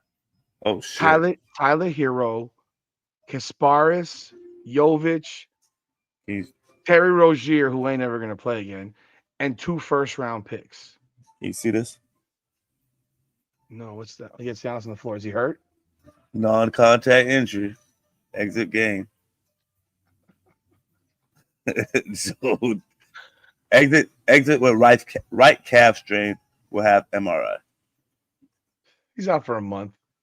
Giannis Moll's future in talks with Bucks. I guess he scrubbed his page on Instagram, I heard. Just have like one Kobe picture and I think a championship picture or some shit. That's what I heard. That's what that's what girls do. Yes. Like we're gonna throw away all. That's just a show. Like I'm ready to go. Like nobody. You don't have to do that. Just say I'm ready to go. I'm looking at his Instagram. He has his uniform of Greece, and he's got only the trophy picture winning the championship, and there's nothing else. Yeah, nothing else. So Jonathan's gone. He's gone. What the hell did Doc Rivers do to this guy? He's no longer a Milwaukee Bucks player. He's an athlete. They should never got rid of Budenholzer. You win a championship, you lose the next year to a fucking historical fucking performance by Jimmy Butler. Like Jimmy was doing shit we never seen him do before. I'm gonna stand on the move that I think that Miami should make, and it's the same move I've been saying for a minute now. Is Tyler Hero? You got to go for John Morant. That's the move. That is the move for me. It's been the move. It ain't gonna change. You're gonna get him for. You're gonna get him for the likes of it'll be Tyler Hero and somebody else. It'll be maybe Jovic or the rookie Kasparis. It has to be. It'll match in salary. It's very close. And you get John Morant. You get yourself a real point guard. You have to have him on a tight leash. But I do think that's the move. I wouldn't trade. I would not trade half my team to go get Giannis right now. I mean, as great as Giannis has been, I think Giannis, we're seeing him on the wrong side of his career. I don't care that he's averaging 31, 11, and 64% shooting. He gets hurt. He gets hurt a lot because he's bad. He's running into everybody every play. Who does that remind you of? Joel Embiid. LeBron. He plays like LeBron. Like his physical, the way he runs to the back. More than that's way more than LeBron did. Like he's just banging in every. Like he's like his like when he goes them big ass, it's like his elbows are all the way. I'd be moving too. I don't get elbows in the face. LeBron was under more control when he did it. Giannis is not in the control. No, he's not. He's like Westbrook. But you just said that Giannis is Westbrook? Okay. 7-foot virgin, out of control, and it's just all day, like nonstop. They just go keep coming at you. Boom, boom, boom, boom. Yeah, I don't. He's a great player, but if I'm not trading Khalil Ware. People might tell me I'm stupid. I'm not trading Khalil Ware. I'm not trading Khalil Ware. I'm not trading him. I'm not. I can't. I don't know if Giannis will be. I don't know if Giannis will get hurt tomorrow. That's true. I don't know. Maybe people tell me I'm crazy again, but he's supposed to be an elite level guy. He is an elite level guy. And they're 10-13. So they're 10-13. I'm gonna go out the box, man. I'm gonna go out the box.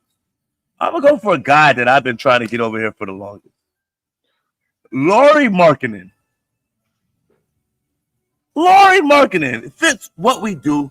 You don't have to change our scheme. You still keep it 5 out. You have somebody you could go to and get a bucket, average 28 points a game, Rudy. He could play the 3, he could play the 4, he could play the 5. Perfect player. You throw in Wiggins and Hero, I guess. I mean, I'm trying to keep Ware. But if I have to give up Ware for Markkanen, You're not giving up Ware from Antetokounmpo, but you're giving up Ware from Markkanen? But Giannis is a little older. Right? I don't know how old Lauri Markkanen is. 28. He's 20, so 2 years. Giannis.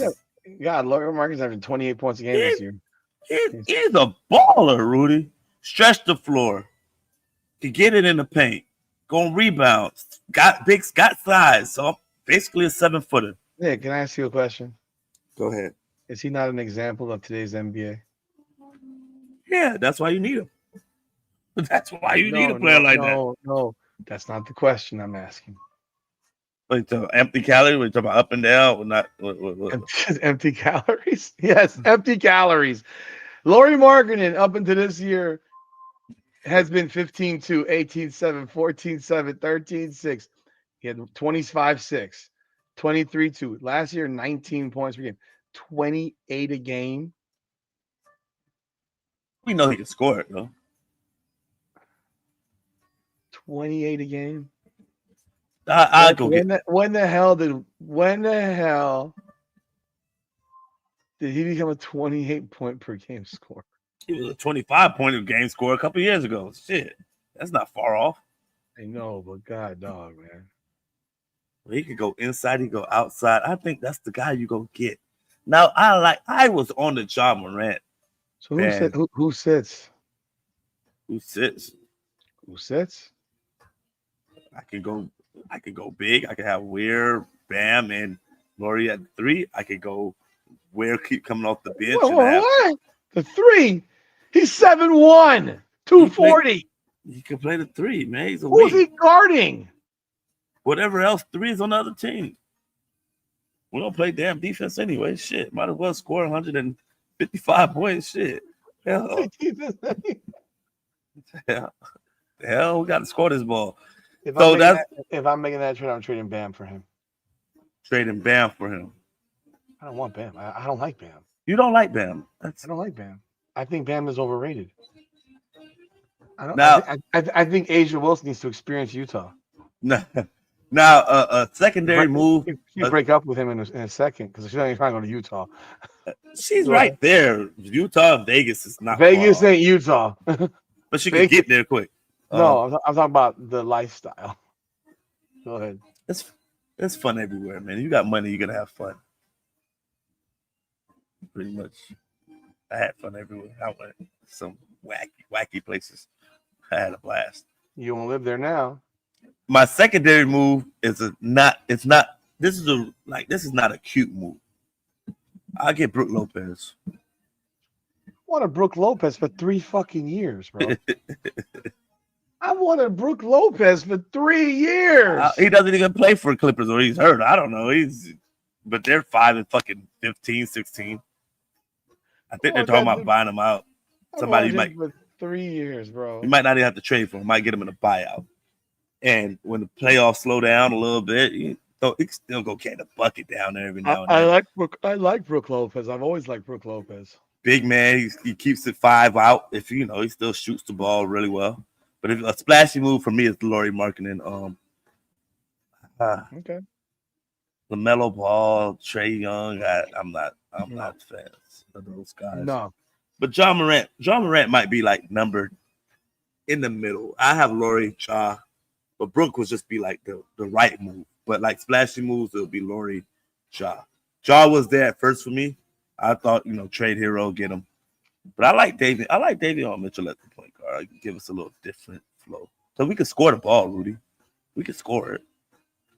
We need a bitch like Davion to go lock down, get a couple steals, change the game defensively. I don't want Tyler. I don't want Tyler Hero on the team anymore. You don't want Tyler Hero. I don't want Tyler Hero. I don't. I am not a fan. I'm not a fan.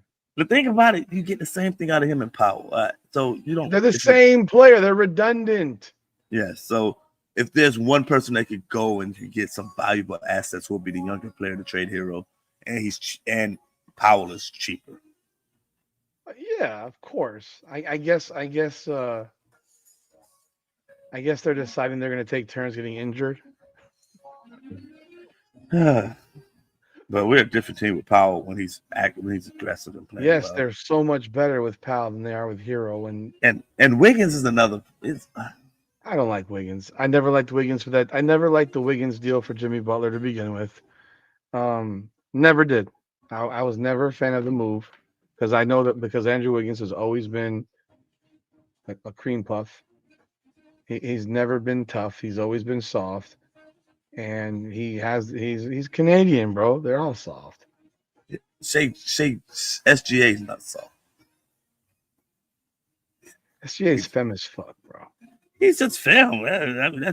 My son Dominic loves SGA. He's not femme. He's just Canadian. He's just Canadian. That's just how they all. That's just how they are. He's not femme. He's just Canadian. That's just how they are. They're little. It's just different. I don't know how else to say it. I'm not a fan. I'm not. Look, Shea is great, but I think that whole shit is fucking femme as fuck. I'm not a fan. Canadian, bro. Canadian, eh? Canadian, eh? I mean, did you just make a fucking fake accent that didn't sound very good? Yeah. How many Hawkins can't be 3 of 10 points? The ball has to be in. Well, the problem is he's been ever since Tyler Hero got back. The ball Hawkins has been limited. He's been limited. That guy needs to be on the court at the end of the game. He is the closer. He's the best finisher on the team. I don't even understand what we're talking about anymore. Check this out, Rudy. How many Hawkins the last 3 games? 22 minutes, 21 minutes, 17 minutes. Before Dallas game, 33 minutes, 24 minutes, 34, 32, 34, 30, 33, 29, 33. Like, he just didn't start the game. After the first 7 minutes of the game, he was in the rest of the game. And now he can't crack 25 minutes a game. So tell me what that's attributed to. Tyler, you might got me on board with the Tyler Hero shit, because it's basically since Tyler Hero been back. I blame Eric Spoelstra for this shit. It's Eric Spoelstra making these decisions. Yeah, at the end of the day, yeah, you got to find a way. Jaime Jaquez is our best player, to me. Yes, I agree. I agree. When it's in a full swing of things, you want the ball in his hand. He could get to the mid range. He could get to the basket. Like, if it's the last bucket of the game and somebody could get to a spot, it's Jaime. So he's the best player on the team to me. I agree. So you can't hold him back. The ball needs to be in his hands. He's going to make some turnovers. He has those moments. But for the most part, he makes the right decision. But, yeah, you might be onto something. I tried to, like, ride it out and see, the Tyler Hero. But at the end of the day, Jaquez needs to be the man with the ball in his hand. So if that requires us to move off for a Hero, then I'd rather. We lost our bench when they took him out. We lose our bench when he doesn't play. He's our bench. Like, we have other players that make some plays, but he is the he is the guy off the bench. Yeah, Jaquez. Yeah. And we're not, and you've now relegated him to being,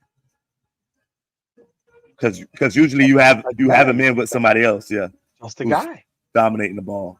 Yeah, you got him in with just the guy. And that is a problem to me. I don't know why they went that direction. I don't understand it. It almost feel like we're going back to last year with Jaquez, like slowly but surely. It looks like it. It absolutely looks like it. And that was my concern. Would Tyler Hero mess up our offense? You said to me, no. We scored less. Those first 2 games, we couldn't score. The next game, what do we have? The 135 or whatever it was we lost. That fourth quarter. What was that? Because the first 3 quarters, we couldn't score in that game either. It was blah. And then the fourth quarter, we went off against Detroit and cut it down to 2. It's like, shit, man. You're looking like, I don't know, man. I don't know. Jaquez outside the ball. I don't care. I'm a die on this hill of saying Jaquez is our best player. He needs the ball in his hand. I am not a fan at all of Tyler Hero. And it ain't personal. We got to stop acting as if they weren't trying to trade this guy for Skittles for 3 years. They were begging to dump him. They were looking for takers. Nobody wanted him. Nobody wanted the dude, bro. Nobody wants the guy. Now nobody wants him. I guess we're stuck. Oh, let's make him the feature attraction. Let's make him our number 1 option. Let's run our entire team through a guy who can't play point guard, and make him the point guard. It's like, bro, come on, dude. Let's make him the point guard. Where hit 4 threes tonight. Let's jam the square peg into the round hole, because, hey, that's what Pat Riley said to do, because Pat Riley knows all. Oh, man. He knew to get rid of the bum-ass Jimmy Butler and his old ass and his sabotaging ways of fucking up the locker room. That was the best move. We got our joy back. Jimmy Butler is going into that direction again where he starts bringing the whole team down. Take a year in Golden State and that shit's happening. Jimmy Butler's averaging 19, 5, 6, and 5 on a 52% shooting. And they won't make the playoffs. And 44% from 3. And they won't make the playoffs. Maybe they won't. Because they need him to be. They need him to be. They need him to be.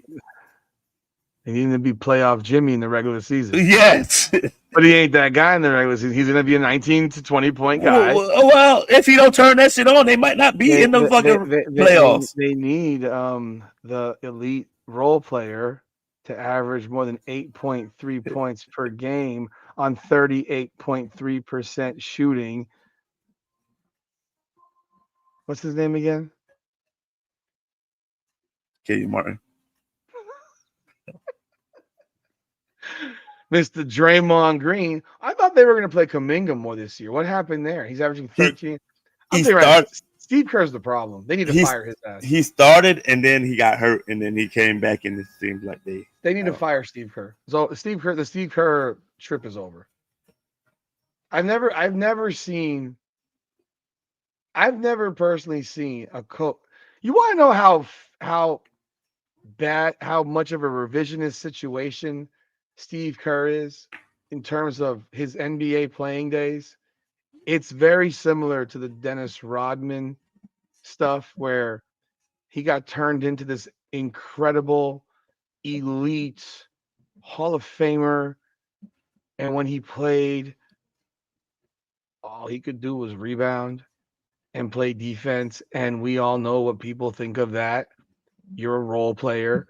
And that then created the trend of then putting in. He got in the Hall of Fame before Ben Wallace, right? Who? Dennis Rodman. Yeah. And he retired first, but he got in the Hall of Fame first, right? Yeah. Because Ben Wallace is not a Hall of Famer, and they made him one off of averaging 7 points per game, and because he played defense.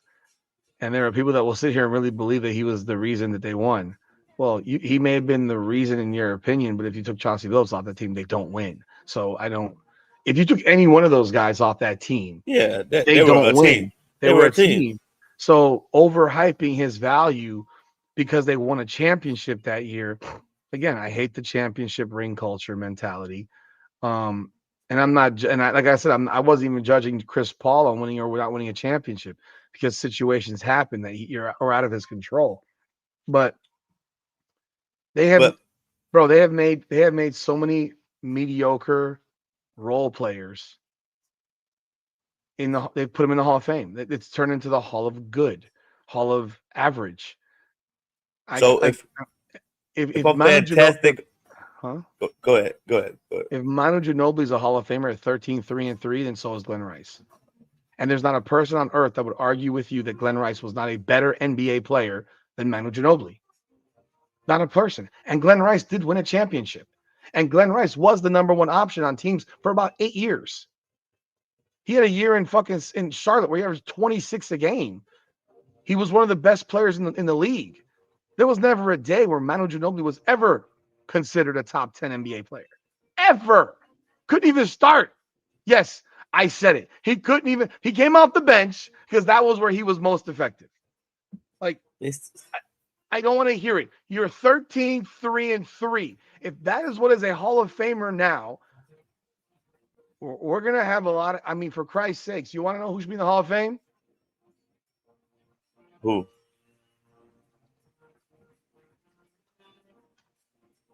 There was a player for the Miami. Udonis Haslem?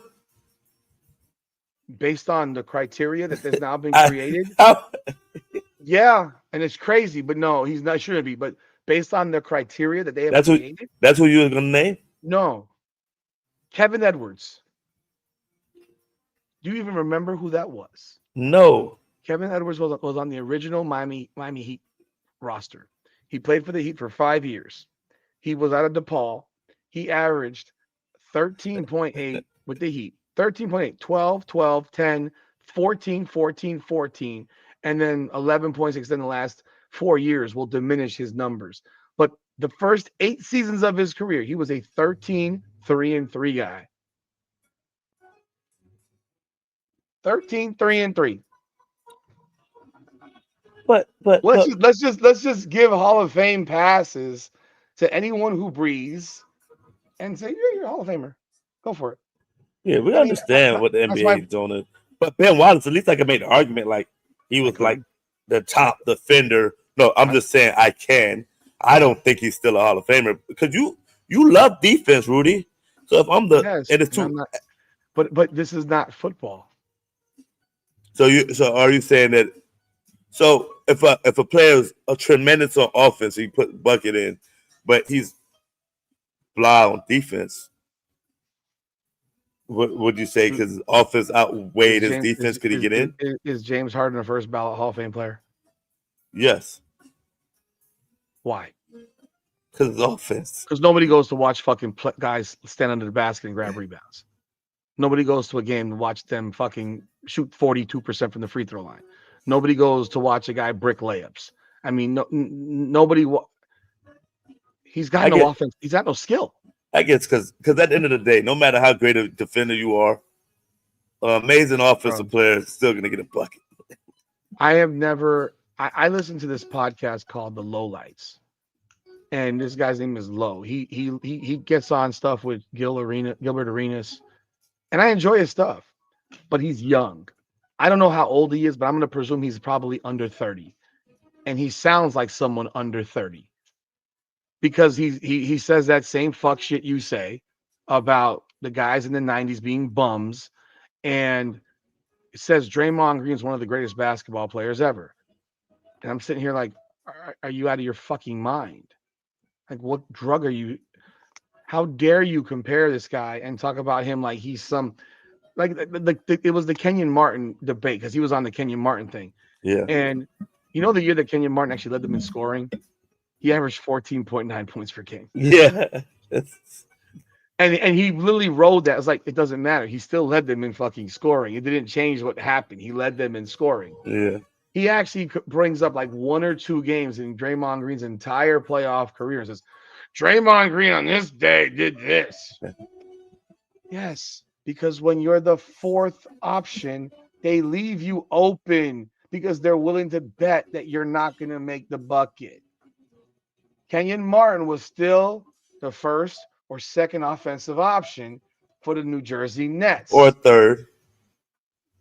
What maybe he was at some point. There was a point where Draymond was the seventh option. And he was no option. He's shooting 38% right now from the field. And they need this motherfucker to score. So like that comparison makes me ill because I don't like comparing guys who had all the responsibility on both sides. Like my son, like Nico, my son Nico. I'm gonna say it. He thinks he's good at basketball. He's not. He's not. His brother is better than him. Dominic is better than him. Dominic will stand in my garage and just be dribbling. Yeah. He does stuff with the ball I can never ever do in my life. Yeah. And Nico is ferocious though. He is aggressive. Yeah. You know Nico. I mean, he's a defensive minded player. Mm-hmm. Why I think that whole wide receiver thing is bullshit. I think he should be a fucking safety, man. Yeah. That's why I think he should be playing. Because he's body stout. The hips are not. His hips ain't right. It ain't right yet. Yeah, you know. I think it can be loosened up, but his hips lie. Our linebacker hips, linebacker safety hips. They're not Shakira. Not wide Shakira. receiver hips. Not yet, at least. I mean, maybe it's a possibility, but I see him as a safety.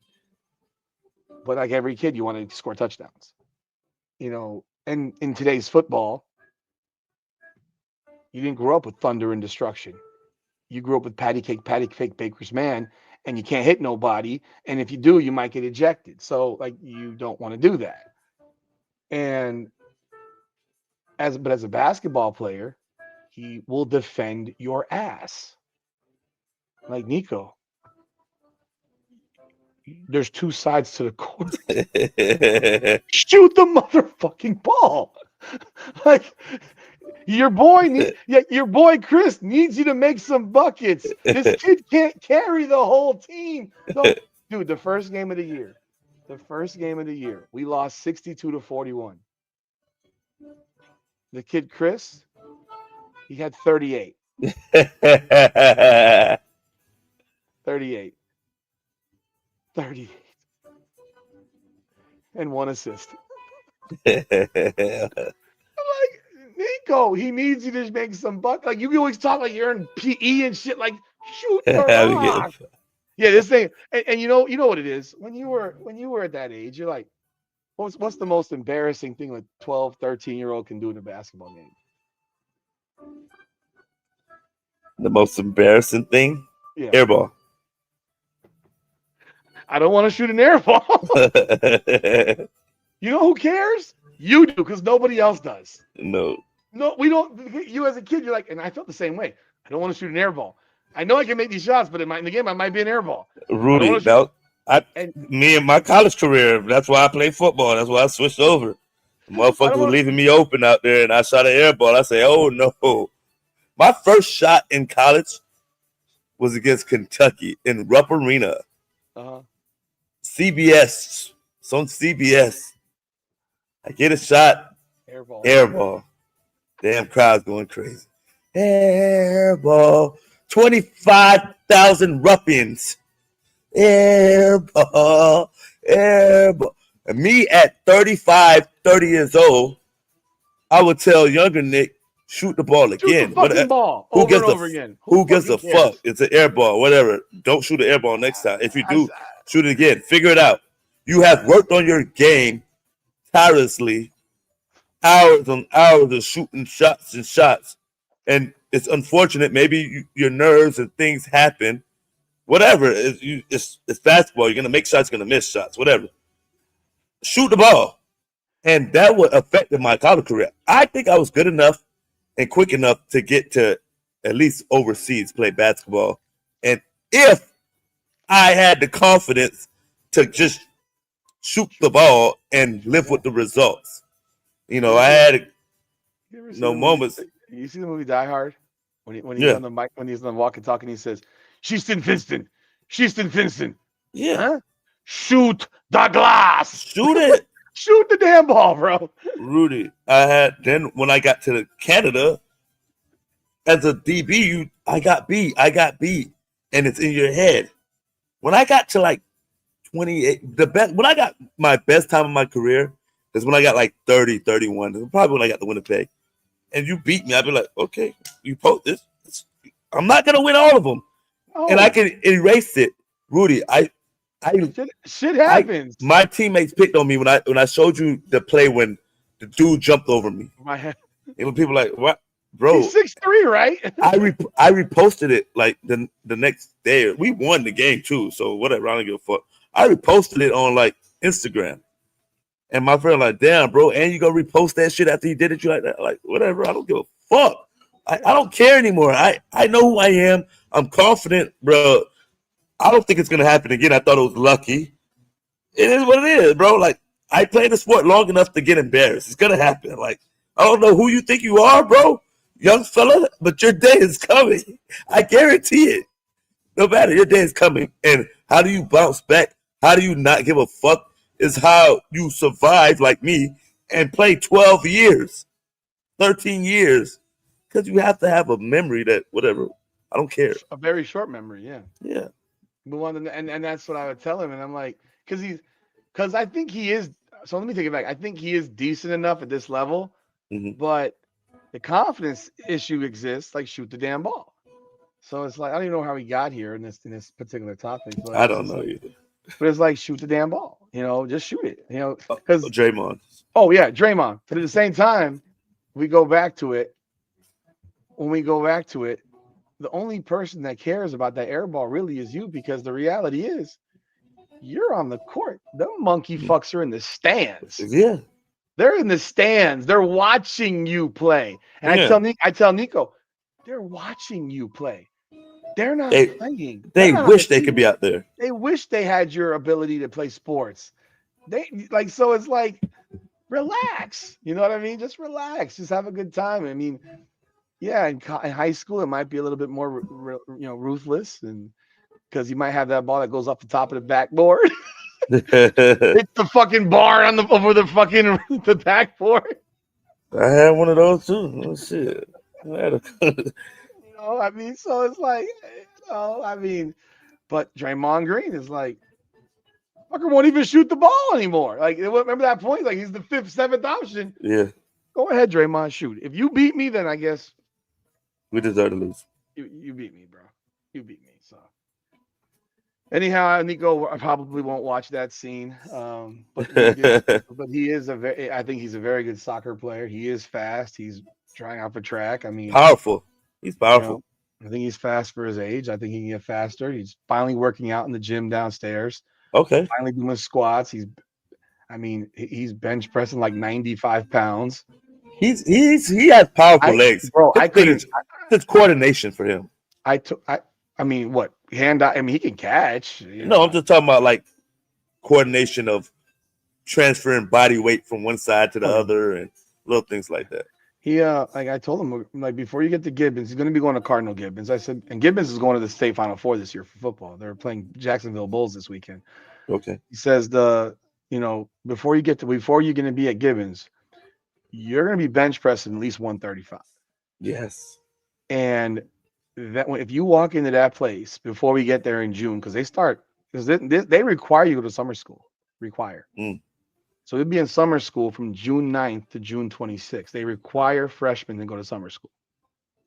What kind of fucking bullshit is that? But it's actually good.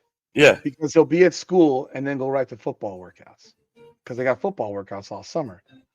And they're going to be working out with everyone works out together. Yeah. You walk in there as a 14-year-old. You're 5'7", 150 right now. You're faster than I ever was.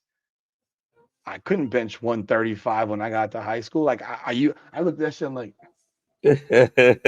fucking crazy. Like I couldn't get that bitch off the bar.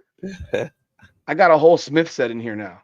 Yeah, the whole thing. It's completely different now. Okay. And yeah, I mean, you'll be bench pressing. He says, yeah, I did it 3 times. I'm like, you'll get stronger and stronger and stronger. You walk into a high school benching 135, 155, and 14.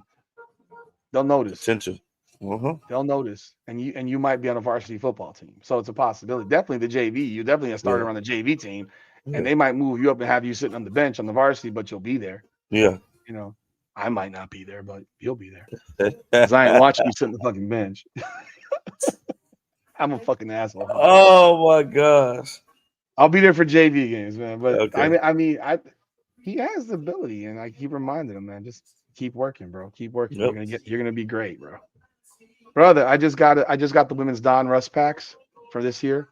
I'm opening them right now while we're on the phone. I just pulled a Caitlin Clark relic. Ooh. Wow. Easy. Wow.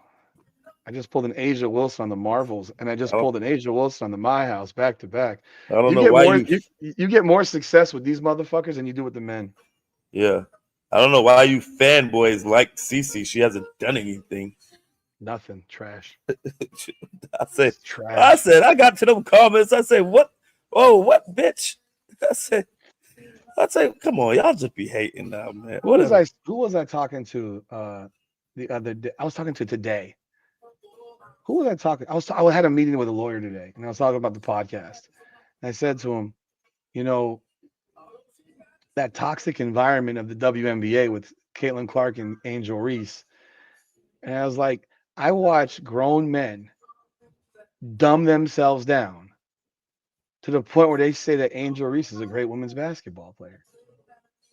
Dumb themselves down because if that was a white girl, they would say she was trash. And then dumb themselves down and say, all Caitlin Clark can do is shoot.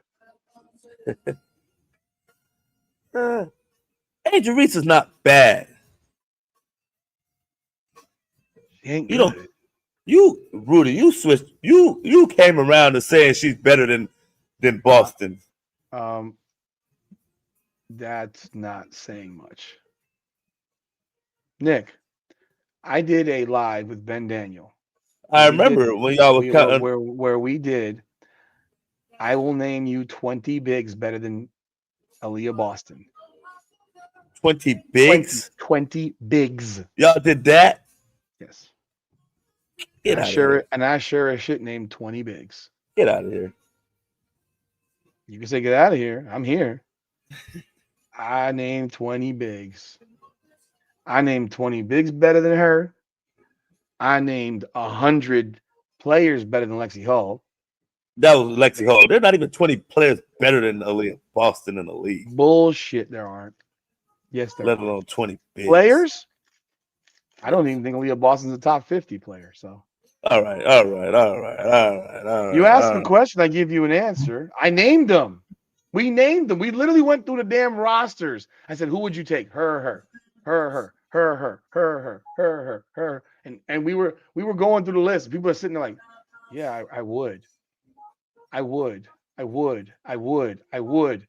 Because you're looking at the full picture of her being a big sack of potatoes who doesn't rebound for her size, who's softer than butter, who doesn't defend. Yet somehow, she made second team all defense, and Lexi Hull did not make any all WNBA defense team.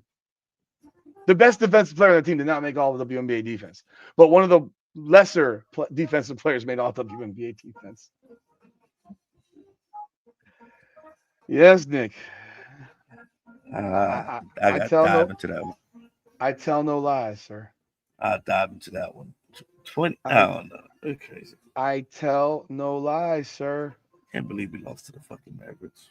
You just said it was no big. You just said it was because Anthony Davis came back, bro. But that's just telling me some type of reason. They won the last 2 games. Klay Thompson. Yeah, I know. I know why we lost. Klay Thompson been shooting better. That Megan Juice starting to. I know why we lost. Tyler Hero. 108 points, bro. How many points have we scored in the last 4 games since he got back?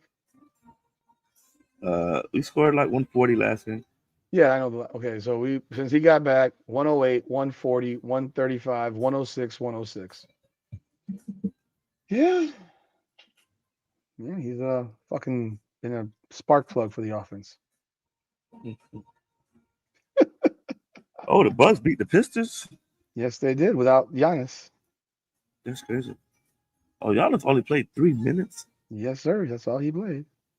God, sweet. That Rollins kid is a nice player. Who? Ryan Rollins. Oh, okay. I have no idea who that is. All right, people, we're gonna wrap this thing up, man. It's past midnight. We gone almost 3 hours, 40 minutes, man. We hope y'all have a good night, man. We thank y'all so very much. I will be chopping this thing up into clips, not tonight. I do have weigh-ins tomorrow night for BKFC at the Hard Rock, so I will be at the Hard Rock tomorrow night. Okay. Friday night, I got the Hard Rock BKFC 85 at the Hard Rock. It's gonna be a killer fight. I'm thankful they're not on Saturday, because if they were, it'd be a fucking mess of a weekend, because the UFC has a fight card on Saturday night, and I got all that college football. The Canes got 2 games to watch: 12 noon BYU Texas Tech, and 4 o'clock Alabama and Georgia. Take me to a BKFC one day. Yeah, you should go, bro. You should go this weekend. Tickets aren't terrible. One day. Tickets aren't terrible. Oh, by the way, I have a question for you. I'm asking publicly, so it's recorded. How far is your kid's daycare from your house? 20 minutes, 15, 20 minutes. No traffic. Where the fuck is your kid in daycare at, bro? Miami Gardens, like almost to like Hialeah West. But you live in Miami Gardens. Yeah, but it's like going west, about 30 streets down west, 20 streets down over to the north. What's the cross section? 47th Street and 183rd. And what? 183rd and 183rd. Avenue and 183rd? Yeah. Where do you live? Off of 441 and 207. It takes 20 minutes to get there?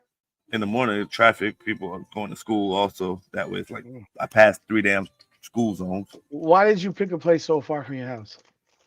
There was a Montessori. Fucking Montessori bullshit.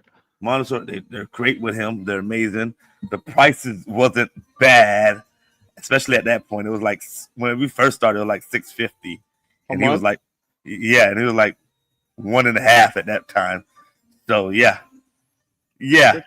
Now their sister school, which is in West Miramar, it's like double or triple the price. Double the freaking price. Now they get organic food, catered food every day. Like, it ain't bullshit. Like, they're real strict on their diet. You know what the Montessori school costs around here? 2 G's a month. Yeah. And when I hear other people's shit, I'd be like, I shut up because I'd be like, oh, man. At least the first year I was like $650, and then it got up to like $850. It's supposed to go down, not go up. You know how this shit goes. It's supposed to go down because as you get older, it goes down. Yeah, it ranges from like $700 to like $850, depending on if they have extra days in them. You know. Wow. Okay. Yes. So that's why he goes there and it's good. And my kid reads. And then also, yeah, we do it at home. You can't even read, bro. That's true. My kid is reading. When did he start reading? We started about. When did he start reading? Where he was actually reading? So we started introducing it like on a little app phone, and probably about a year ago. I don't even know how old is he now. I forget. 3.5. So he started reading at 2.5. Like introducing it, and then like now he's sounding out words and doing sentences. Like when did he start? When did he start speaking with words? 1.5. Like real, like communicating. 1.5. Like of course, one he was like blah blah blah. Dad. Yeah, I mean blah blah blah. Yeah, but I mean, like, but words. 1.5, like maybe 2 is like putting together, like starting to get like 3-word sentences together. Like so, really talking 2 years old. Yeah. Okay. Yeah, because we're dealing with that shit right now. Man, every kid's different, man. It's like, you know. But you know how it goes, man. People with their kids, they be like, man, why isn't my kid doing this? Like man, that listen. Like, I don't fucking know, man. Every kid's different. Every kid. My wife was going crazy at the beginning about. I guess we could end this. We could talk this. Yeah, all right, we're done, guys. Appreciate y'all, man. We'll see y'all later, man. Come on now. What the fuck? All right.